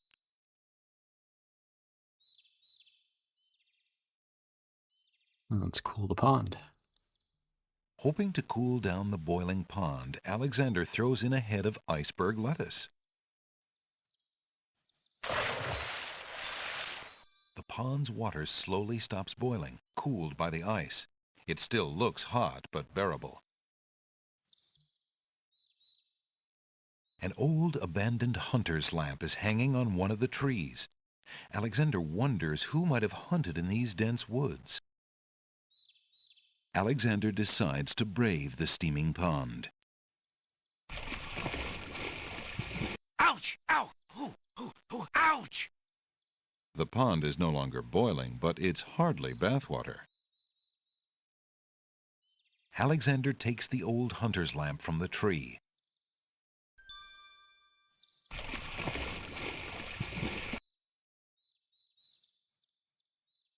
Okay, we're going to explore the rest of the isle later.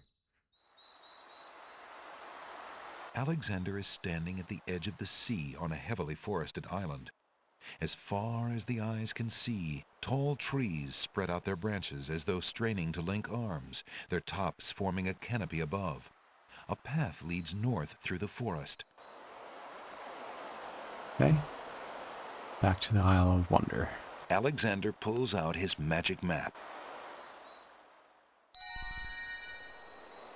Alexander feels a strange pulling sensation.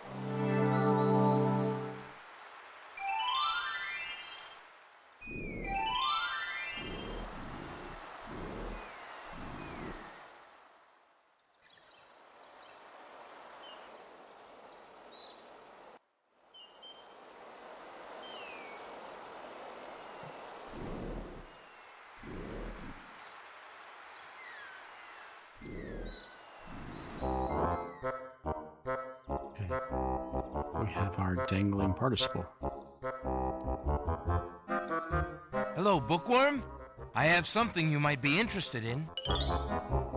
Well, what is it this time? I found this little fellow lost on another island. Coming home I am too. There you are, you naughty boy. I told you not to leave the island. Glad I am seeing you too. A most solemn celebration.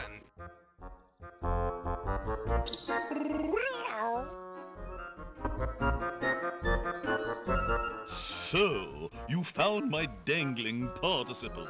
I suppose I'll have to give you something. Let's see now. Was it a rare book you wanted? Yes, sir. Well, then none of these will do. They've been sitting in the sun far too long and must be well cooked by now. This one is far more rare. A delicious little tidbit. Thanks. Okay, what did he give me? Alexander is carrying a rare book from the bookworm. The words in the binding are very faint. The something something riddle book.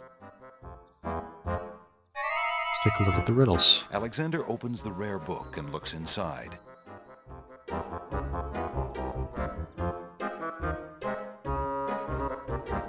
The book contains riddles and has a page missing. Alexander glances at a few of the conundrums, but finds himself more curious about the one that is missing. What was the riddle, he wonders? More importantly, what was the answer?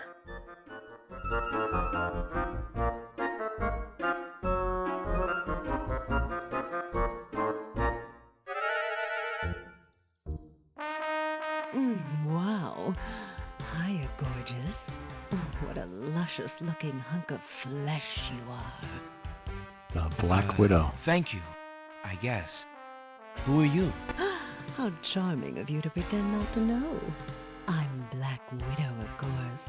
The femme fatale of all femme fatales. Know what I mean? You know, I was just thinking it was time I found my 50th, another husband. It would be quite a horror, an honor to have me as a bride. Just look at my beautiful weaving. It's so light, so delicate. You'll never want to leave my little nest. It is a lovely web, but my heart is elsewhere, I'm afraid. Oh, drat! The loss is yours. I'm sure you'll change your mind once you consider the advantages. A black widow is sitting in her web. She has long legs and an hourglass on her belly. She gives Alexander a knowing look. That scrap of paper blew into my web from those books over there. The wind just thinks it can deposit anything here. A thread is hanging from the otherwise tightly woven web. So anytime I try to grab that piece of paper, she'll sting me and I'll die. So... Hey, don't touch that thread! Need to distract her. Alexander snatches the scrap of parchment, curious to see what's written on it. Love. The wind blows the scrap of paper. That was from a riddle Alexander's answer. hand, but he remembers what it said well enough.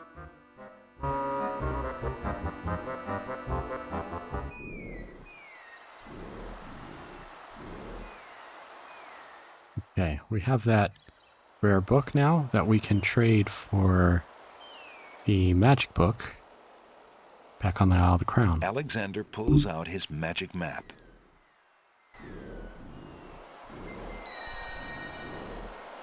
Alexander feels a strange pulling sensation.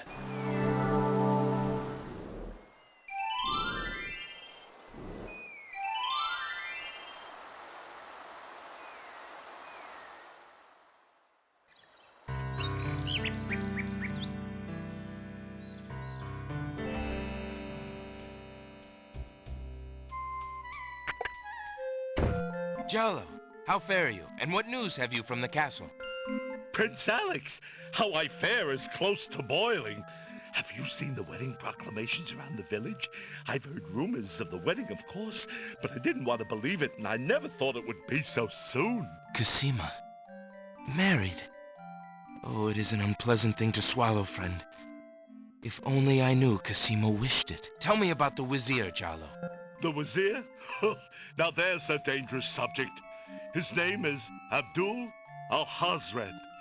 He came to the kingdom 15 years ago. The king was fascinated by his knowledge and his fine-sounding ideas. It didn't take long for Alhazred to convince the king to trust him with the minor problems of daily government. You see, Caliph had a wife and a new daughter he wanted to spend time with. Alhazred became Vizier. And now? Well, he's had his eye on Cassima ever since she was a young girl. And she is the only thing between him and the throne. Do you think he means to harm her? Oh, I honestly don't know. I think he'd rather keep her as wife. But whatever his plans for the princess, he will use her to his best advantage. That's his way. Perhaps he has charmed her. Perhaps she cares for him now. The Vizier is capable of anything, and Cassima must be vulnerable and lonely right now. Still, she has always instinctively distrusted him. Cassima has a good head on her shoulders. I'd be surprised if she's truly fallen for his words of love. I must return to the castle, Prince Alex, and you to your wanderings. May we both fare well. Good to get an update from Jalo. Alright, let's trade that rare book. I found this rare book, and I thought of your offer. Very interesting. Oh, it is a wonderful riddle book. Riddles are much more marketable than spells these days. I guess people believe more in mirth than in magic. Here is the spell book you wanted, and a fair trade it is, I must say. Enjoy it. I certainly hope so. We shall see how rusty my spellcasting truly is. Alright. Taking a look at that book. Alexander is carrying a book from the bookshop. The cover says, Ye Old Spell Book. Take a look at some of the spells in there.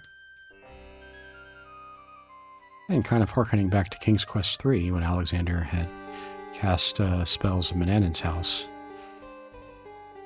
We have a magic paint spell, a couple of swamp ooze, river Styx water, one black horse feather. We have to add Styx water to swamp ooze and cup. Stir with a horse feather, apply to blank surface with artist brush. Speak incantation over painting materialize. Okay. Make rain spell. Need a few drops of salt water, not from the sea. A vial of sacred water and falling water. We have to mix all the waters in the teapot, the salt and sacred waters in the teapot, then add the falling water. Speak incantation over teapot to enchant. Heat to boiling to activate.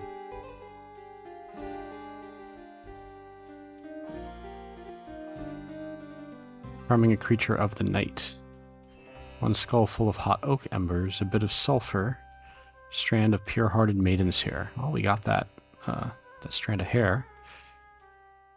Add hair to brimstone to skull of embers. In presence of creature, speak incantation over skull. This is the last page. This. Oh, I thought there was 4 spells. 1, 2, 3. This is the first. Okay, 3 spells.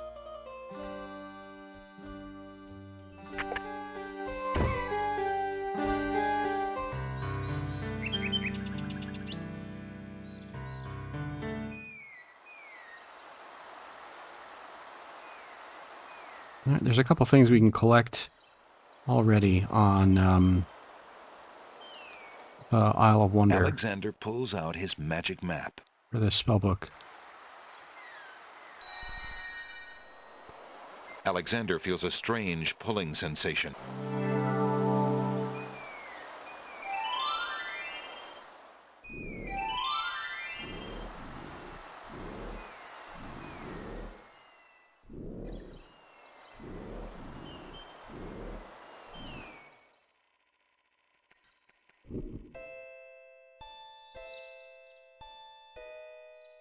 An elegant padded chair provides a cushy seat from which to enjoy the lively garden. A delicate china teacup is occupying the chair at the moment.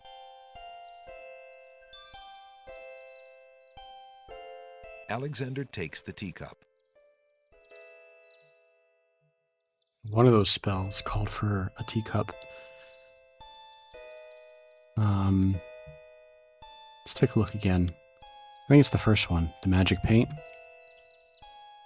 Swamp ooze, river Styx water. Okay, well, we have a swamp nearby here, too. Here we want to get salt water, not from the sea.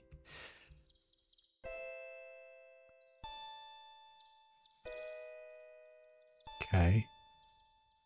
This is our... Alexander is carrying and the lamp is empty. Our lamp.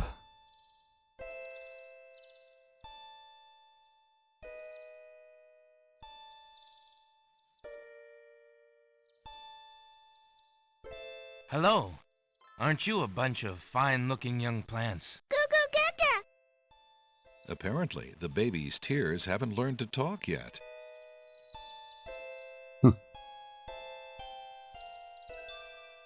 Alexander gives one of the baby's tears a bottle of milk. The other baby's tears seem to resent Alexander's gift for some reason. For some reason. Totally fair.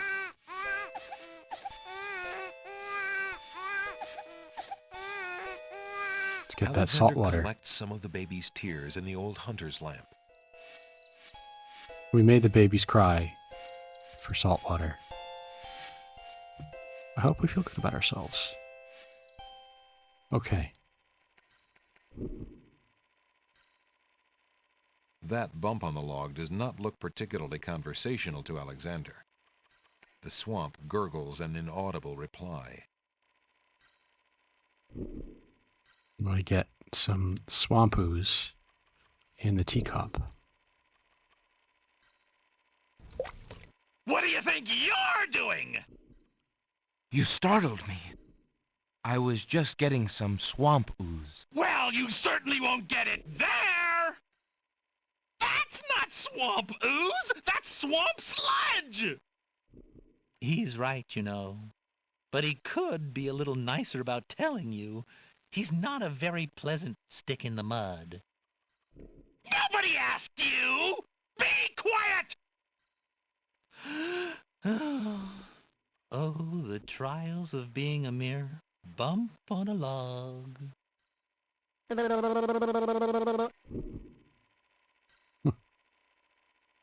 Okay. Rotten tomato. I thought this might come in handy the next time your brother starts picking on you. Aha! Finally, old Bump on the Log's not so defenseless, is he? Hey! Hey! What you doing there? Watch the pulp, would you? Now, Bumpy, remember all I've given you! The only thing you've ever given me is mud. Take this! No! Not into the swamp!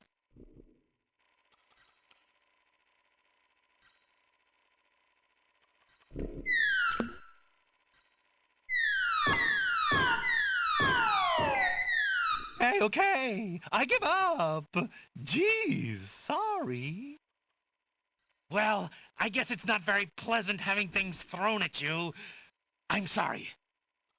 You mean it? Really? Brother. Brother.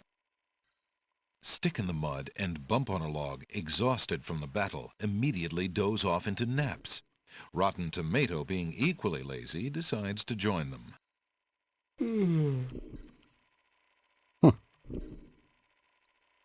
Isle of Wonder is a strange place. Alexander fills the teacup with the swamp ooze. Part of the backstory for this, I think, was that an enchanter came here long ago and enchanted the place, and that's why it is like this. I think that was what was in the manuals. Okay, that about wraps up everything on the Isle of Wonder.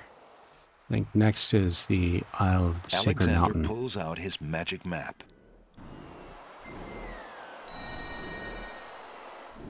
Although, first I need to trade my flute. Alexander feels a strange pulling sensation. Flute for the tinderbox. And then we can head over to the Sacred Mountain.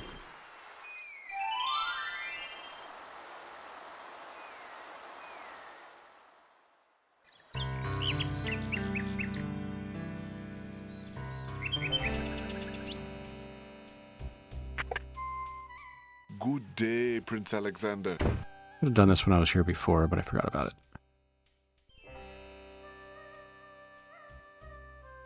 Would you mind if I traded this in? Of course, Prince Alex. Please, choose something in exchange for the items on the counter. Alexander looks closely at the items on the counter to make his selection. I believe I'll take the tinderbox. Very good, Prince Alex. Enjoy your tinderbox and bring it back anytime. Thank you.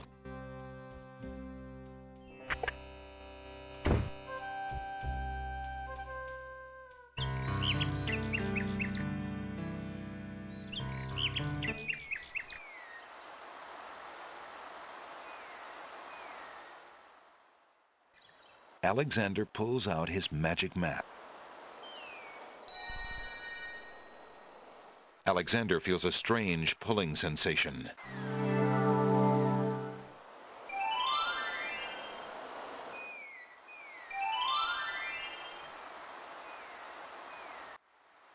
So there was one thing I just realized I forgot at the Isle of the Beast. Alexander pulls out his magic map.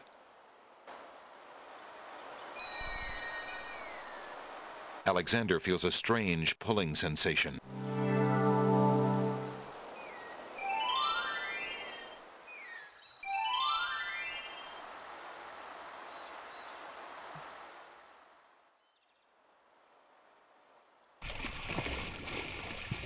Forgot to have one more screen north. As Alexander continues down the path, he gets the strange feeling that he's being watched.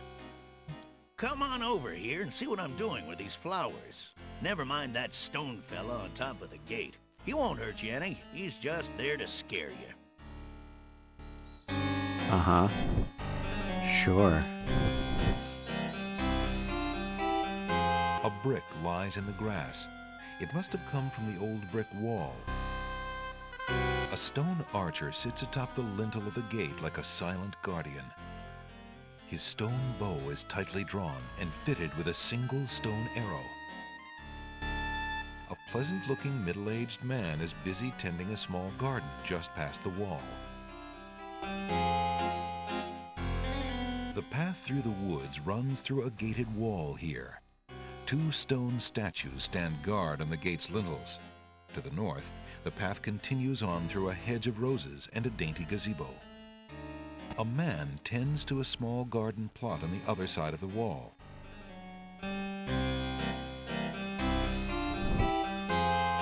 Alexander picks up the brick. You aren't gonna listen to me, are you? Well, we'll just see about that. That's odd. The gardener just disappeared. Yeah, how strange.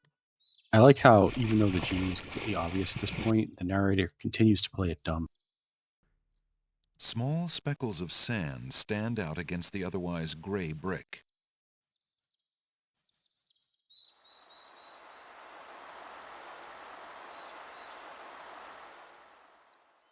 Okay, back to the Isle of Sacred Mountain. Alexander feels a strange pulling sensation.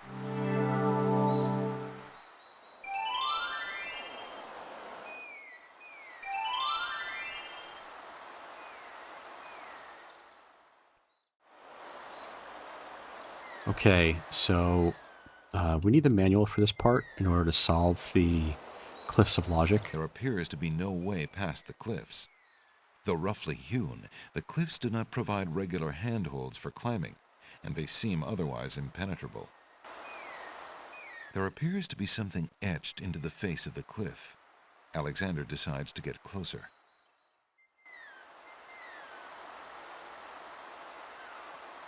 So, part of the backstory for the Isle of the Sacred Mountain is that the Winged Ones reside here, and they're kind of a bit arrogant. Normally they would have somebody greet you here, carry you up the cliffs, and bring you into their city up in the sky. But with the Isles being unfriendly right now, they don't do that. The Cliffs of Logic here consist of a series of puzzles that were created by the Ancient Ones that predated the Winged Ones, and allowed people to scale the cliffs.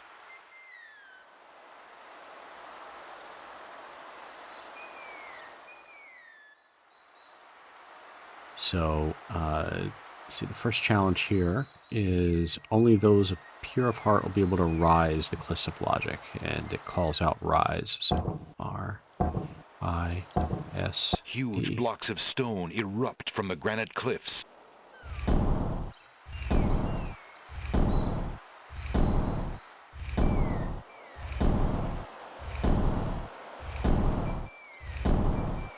Alexander stares with wonder. That's quite a way to welcome a guest, if indeed it is a welcome.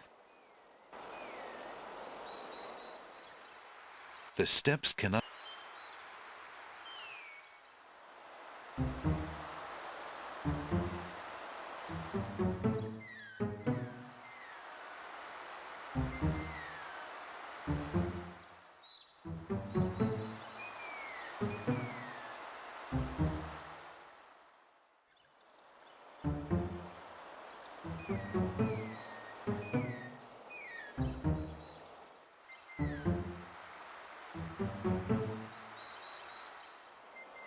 Alexander examines the strange etchings in the face of the cliff.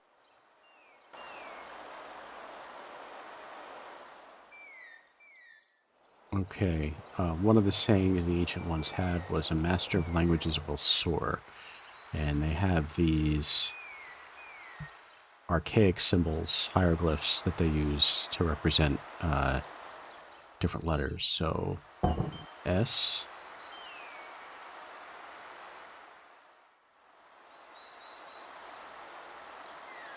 Where's O? Here we go. O. A. R. The stone beneath Alexander's feet trembles as more steps emerge from the granite cliffs.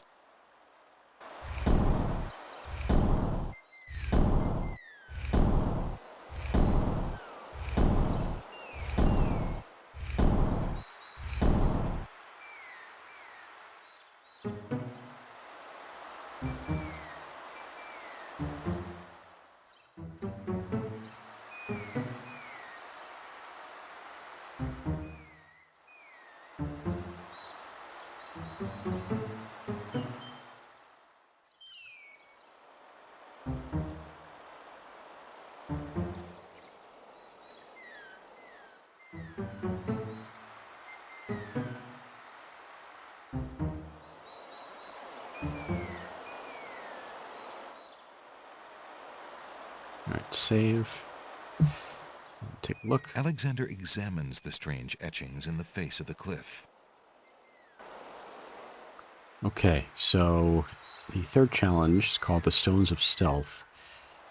And it says 4 men standing in a row. That would be these. Third from the left, and down you go. That would be this one. The rest in order move you on. The youngest, the oldest, and the second son. Alexander gets the feeling that was the wrong... Oops!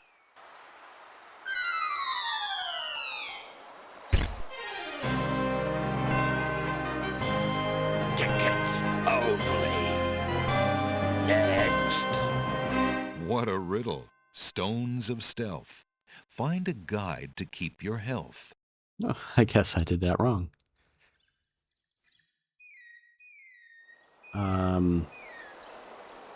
Alexander Let's see that again. So,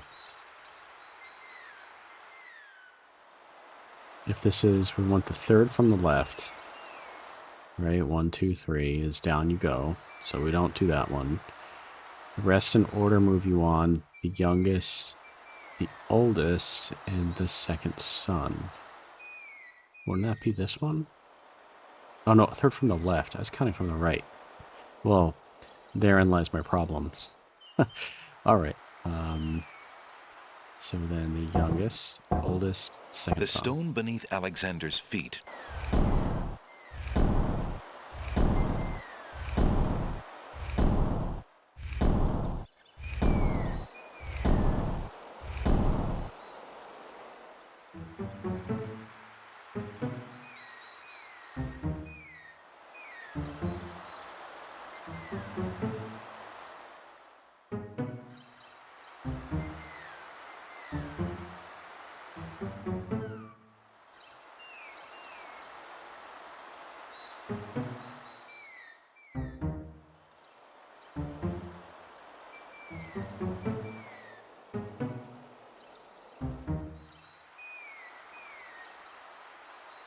Alexander examines the strange.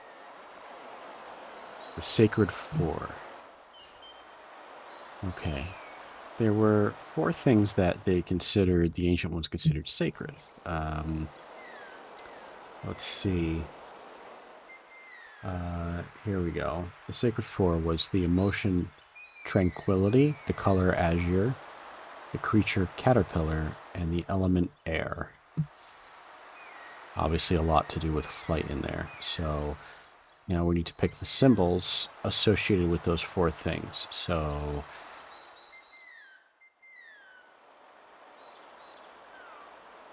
let's see. The first one was the emotion tranquility.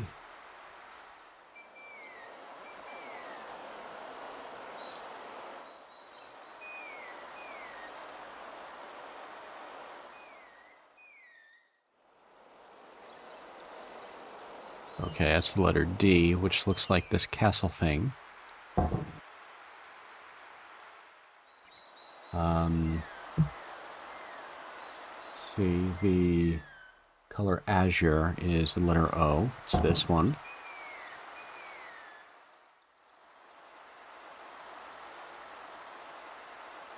The caterpillar is the letter Q. That's this one. And the element of air is the letter G. It's this one. The stone beneath Alexander's feet trembles as more steps emerge from the granite cliffs.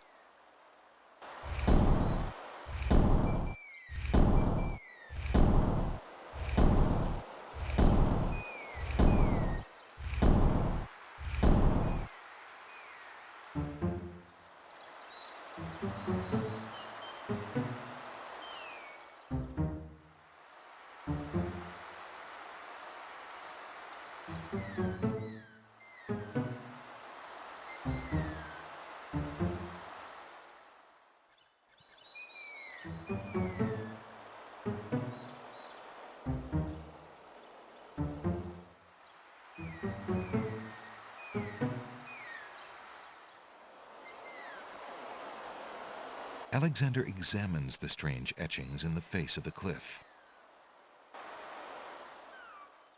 Okay, so for the 5th challenge, it says only those of the highest order may ascend the cliffs of logic, with emphasis on ascend. So spell out ascend. The stone beneath Alexander.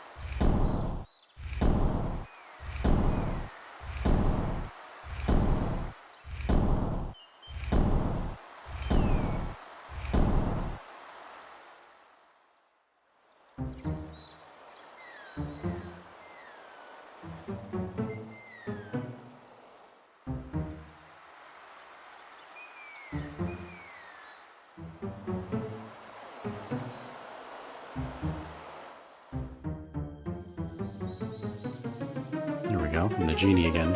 Alexander finds himself finally at the top of the cliffs. Exhausted, he steps over the lip of the plateau and stands. Why do you make such an effort to climb the cliffs, young man? The winged ones who live on this island have the power of flight. You could have it too, if you'd only eat a berry from this magical flying nightshade bush. Ah.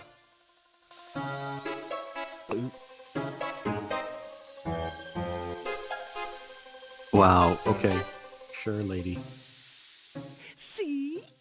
The sweet berries will make you float like a petal on the wind. Try some. What's interesting is that the genie, like there's a pattern. The genie can never directly harm you. He will only deceive you to hurt yourself. Trust me. Think of what I'm offering you.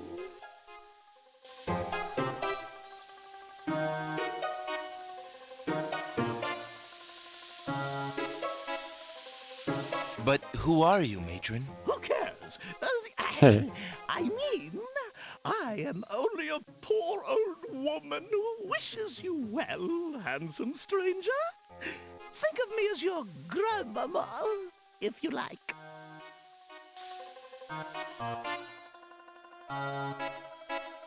It would be rather rude to crawl into that cave with the old woman standing right in front of it. How do I get you to go away? All right then, stay Oh, tied to there the we go. ground like a load of lead. See if I care. You human. How odd. The old woman just disappeared in a cloud of smoke. Perhaps those berries are even more powerful than she led Alexander to believe. Hey. Okay. I want to go in Alexander crawls through the small opening in the rock. Alexander finds himself in a dark cave. There, we can use the tinderbox. Alexander takes the candle from his tinderbox and uses the flint in the box to light it.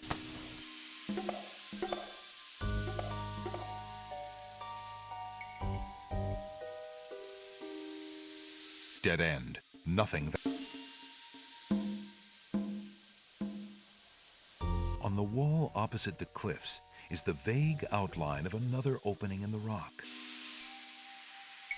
Alexander crawls through the opening in the rock.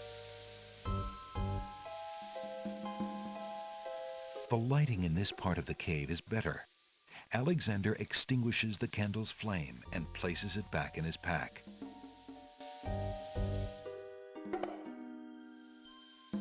A plant grows on the grassy ledge. Smells like peppermint. Alexander takes a few leaves from the plant. As he does so, a strong smell of peppermint is released. Ah! Okay, we have the mint. The peppermint leaves are the color of dark emeralds. We also grabbed this brick before. Small speckles of sand stand out against the otherwise gray brick. Okay. Alexander crawls back into the first room of the cave. Alexander can't see a thing. Alexander takes the candle.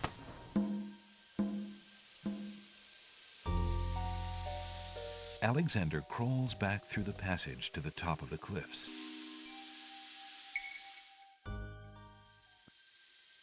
All right, let's have a look around. Alexander is standing at the top of tall cliffs. To the north is the peak of a mountain, rising to meet the clouds. To the left is an ominous set of bolted doors.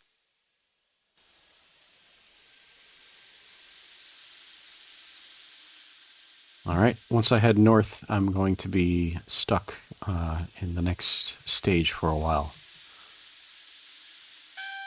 Look, an intruder! Hold! How did you get up here, human? I climbed the cliffs. That is not possible. No one has solved the cliffs of logic in several centuries. And if the cliffs were to be solved, it would certainly not be by a human. I didn't mean to trespass. I only wanted to visit this beautiful island. No visitors have been welcome on the Isle of the Sacred Mountain in years. Not since the Red and White Queens had spies in the guise of friendly visitors steal our island's sacred golden fleece. But we will not display such foolish trust again. You will have to answer to Lord Azure and Lady Ariel. They will determine what will be done with you. I can assure you, it will not be pleasant. So they believe the Red and White Queen stole their sacred fleece.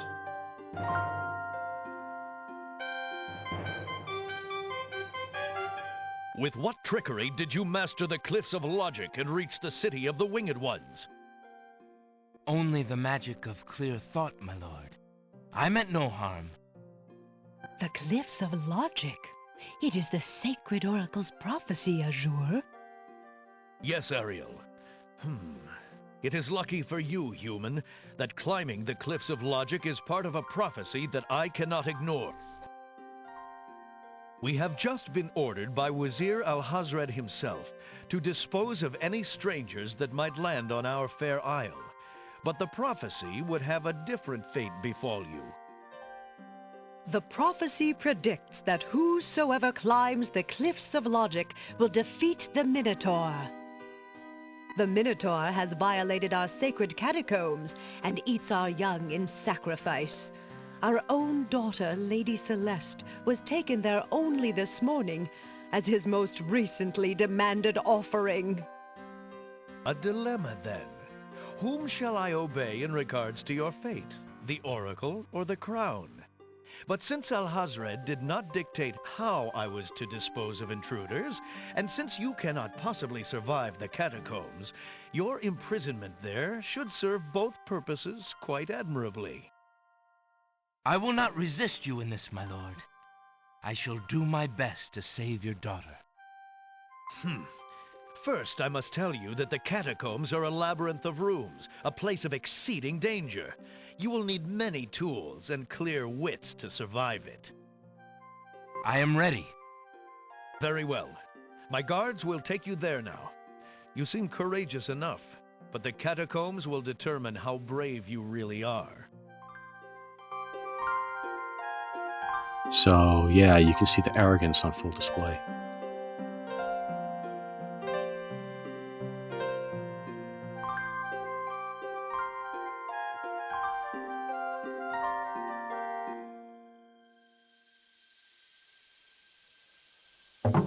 Why did you tell Lord Azure you were ready and willing to face the catacombs? No one is ever ready, and only a fool could be willing. And you are far wiser, I suppose, to leave a maiden to die? To not fight this plague on your own people? Bravery and suicide are two different things, human. You will have a chance to renounce your choice soon enough, when you lay trembling under the Minotaur's hooves. We shall see. Thanks for the escort. We only escort you to your death. May the fates make it quick so that you do not have to scream long.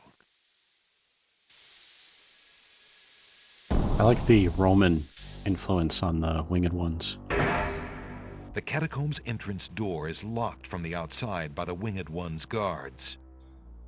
It seems that leaving the catacombs by that door is not an option. Okay, so there is only one way out. As it turns out, the map to the catacombs is actually in the manual. I didn't realize that the first time I played the game and mapped it out myself through a lot of trial and error. And there are a lot of trap floor rooms, so there were a lot of errors. But the map didn't have all the locations of various items anyway, so I have an annotated version to navigate my way through.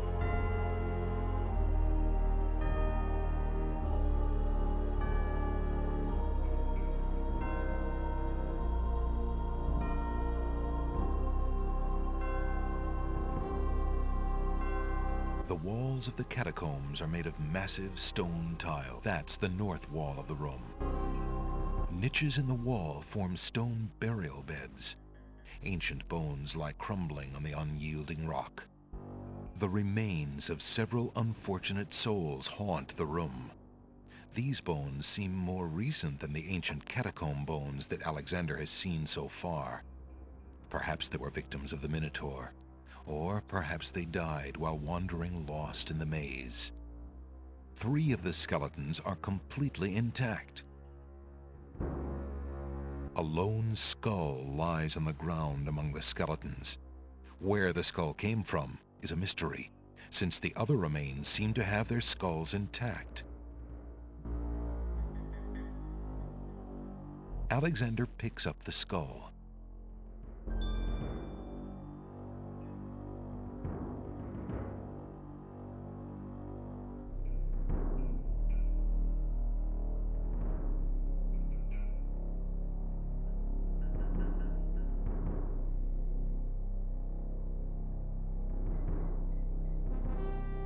An image of a rose has been carved into that tile. The tiles directly in front of the exit doors do not bear any symbols. That was interesting. I don't know what that message was. Alright, so I believe the solution for this puzzle is in the manual.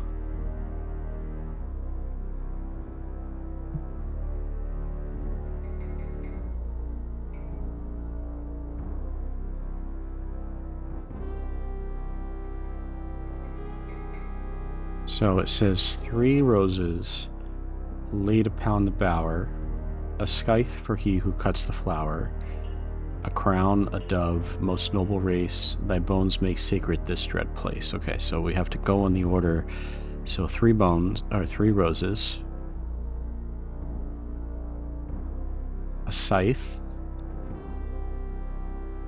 a crown, a dove,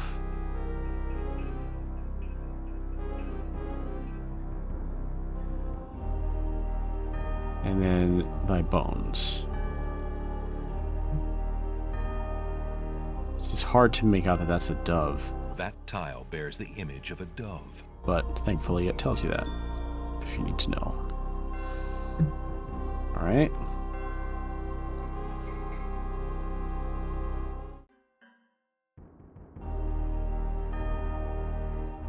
An old wooden shield hangs on the wall. Alexander takes the shield from the wall.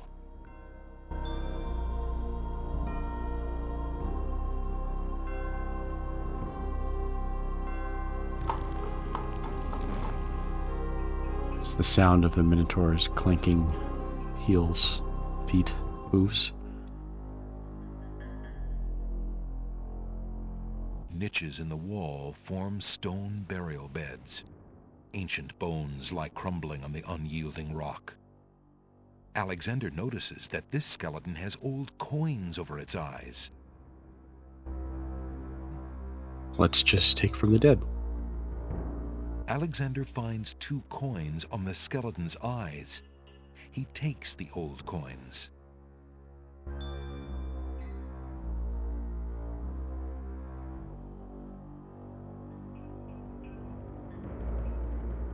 Okay, we have a few things in our inventory now that we gathered. We have the coins. The 2 coins from the skeleton in the catacombs are extremely old and corroded.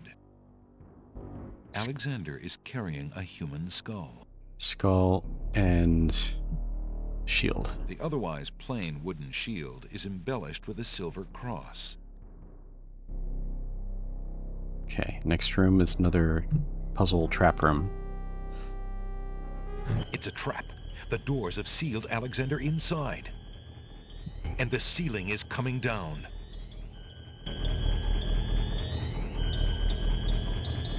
This is where we can use the brick. In a desperate move, Alexander throws a brick into the grinding gears.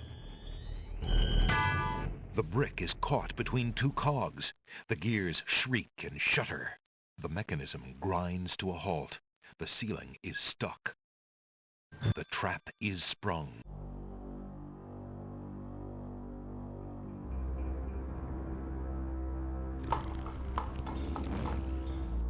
Alexander hears the distant sounds of a wild animal somewhere in the maze of rooms.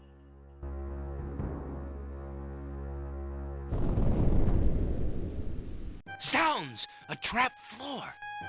See, a lot of the death traps open the same way. They have a trap floor, but this one Alexander seems to have fallen to a lower level of the catacombs. takes to the next level. Wherever he is, the place sure is dark.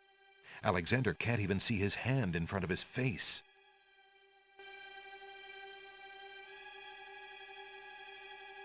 And this is why we have a tinderbox.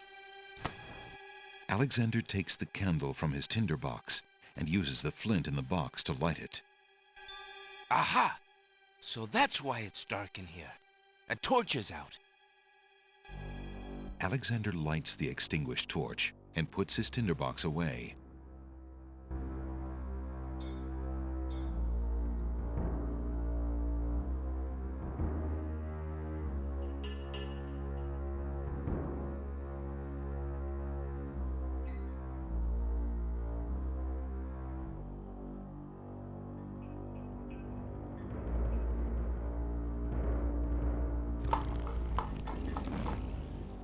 Alexander hears a low growling, so faint as to seem born of his fired imagination rather than of any living creature.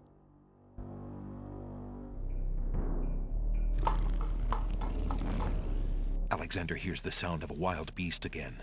this time so loud that the creature itself seems to be in the same room with him. The noises are coming from the other side of the east wall. Okay. This is why we have the hole in the wall, to be able to look through. Alexander puts the hole in the wall on the east wall. The hole in the wall trembles slightly with dread at the clammy feeling of the stones.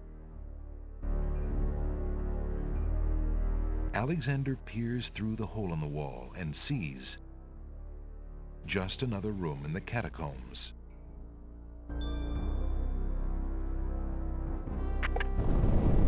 Aha! Not just another room at all. So that's why Alexander couldn't find the Minotaur's lair. At least Alexander now knows the lair exists, somewhere in the maze on the other side of this wall.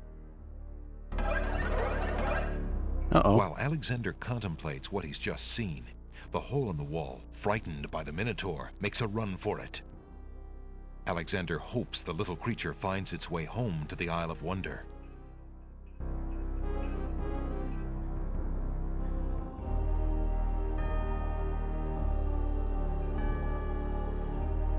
Okay. Looking at the path to get back to the tapestry room.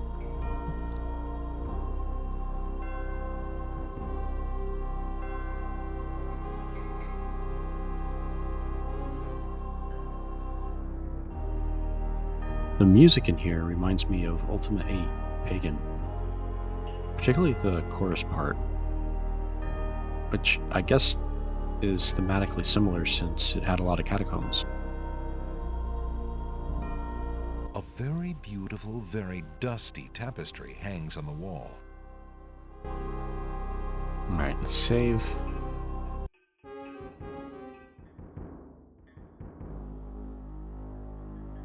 A very beautiful, very dusty tapestry hangs on the wall.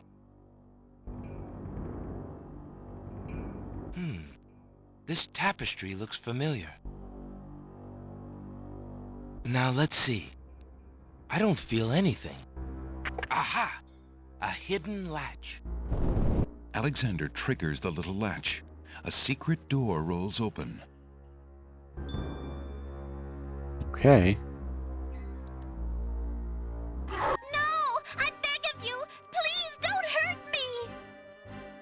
Your struggles are useless.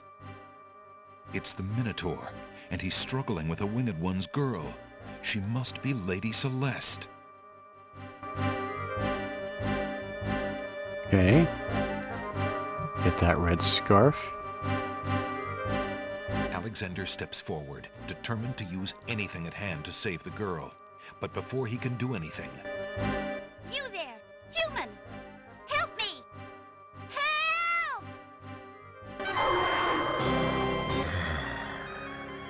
Who dares enter my lair? I ask you to release your captive or suffer the consequences. Never. You die, human. As the Minotaur advances in attack, Alexander slowly backs away. Until he can back away no more. Now where to, little man?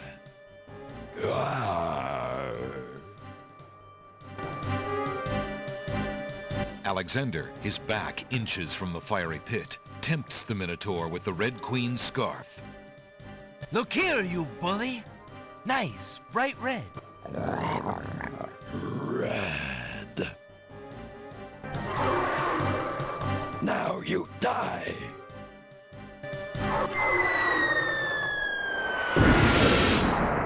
The Minotaur drops from sight amidst the consuming flames. Slowly, his scream fades as well. Have you been harmed, Lady Celeste? Are you all right? No, I am not all right. I assume you do not intend to leave me tied up on this vile monstrosity. Of course not. Sorry, let's see. If you'll give me a moment, I'll have these untied in no time. I can't wait that long. Look, I wear a small dagger just inside my belt. It should be enough to cut the rope. Oh, all right. I've got it, Lady Celeste. Here we go. Thank you. You may keep the dagger as a gift for saving my life. That's very generous. Forget it. Do you mind if we just get out of here now? No, I don't mind at all. The Winged One's guards, bored with the pointless waiting, are startled by the sound of rock moving against rock.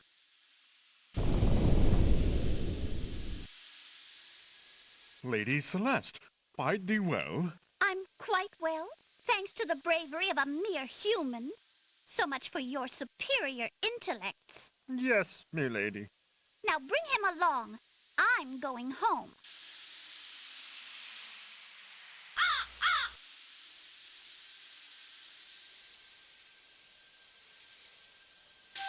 I see you have proven yourself the hero of the prophecy.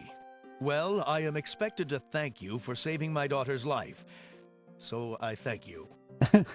I am obliged to thank you for the restoration of our sacred catacombs. It means much to our people.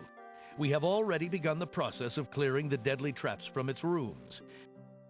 It is also my duty to grant you a visit with the Oracle, so this I do. I will grant you the freedom to leave here unharmed, despite my orders to the contrary from the Crown. But there, my obligations to you end. I have no love for Alhazred, but he is my liege, and if Princess Cassima trusts him and wishes to wed him, my guards will take you to the Oracle now. When your time with her is through, I want you to leave the City of the Winged Ones and never return.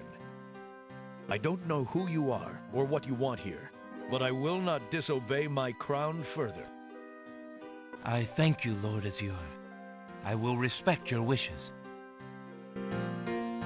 Again, kind of echoing King's Quest III here, Alexander visits another oracle. Hail to thee, great oracle. Lord Azure sends you this wingless mail. It appears that he solved the cliffs of logic and... defeated the Minotaur in his lair. So I have seen. So this is the one that haunts my pool of late. Welcome, young seeker. What knowledge do you desire? Princess Cassima, whatever you can tell me, great oracle. Ah, of course, the princess. That explains my images. Let us see what we can see. I see a maiden, lovely and pure, but surrounded by evil. She is a rose set amidst bitter thorns. It is her fate to be the pawn of dark powers, and yours to try to redeem her. How do I redeem her? Fate is not like the cut of a blade, young one, but rather like the myriad of paths formed when a hammer cracks ice. I will tell you what I can, but what will actually come to pass is up to you. I see that any attempt to reach the girl will force you into battle, a struggle against a dark force. If you lose, your life will be forfeit. Who must I fight? A great darkness surrounds your adversary, preventing me from seeing clearly. I can only make out the shape of a black cloak.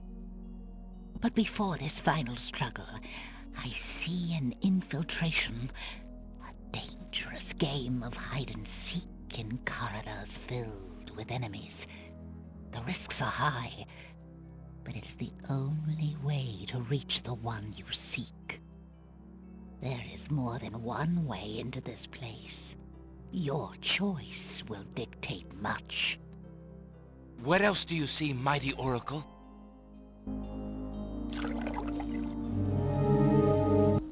Oh, such pain. I see two restless spirits, crying out for revenge. These shades could help you destroy the dark force, if they were to be brought back from their spiritual form. Yet this is only one possible path to your destiny. I'm afraid this is getting beyond me. I know very little about the afterlife. I can only advise getting counsel from the druids. Be warned. The druids are reclusive and dangerous. They might aid you, or they might destroy you. Like their island, the druid's nature is hidden in the mists. There is nothing more I can do for you, except to give you this. It is water from the sacred pool. That and my blessing go with you. Thank you, great oracle.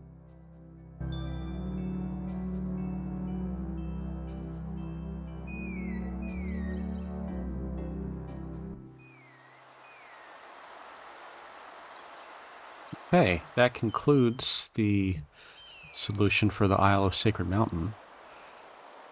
And this is a good place to stop for now. Come back for the next video where I'll complete the game.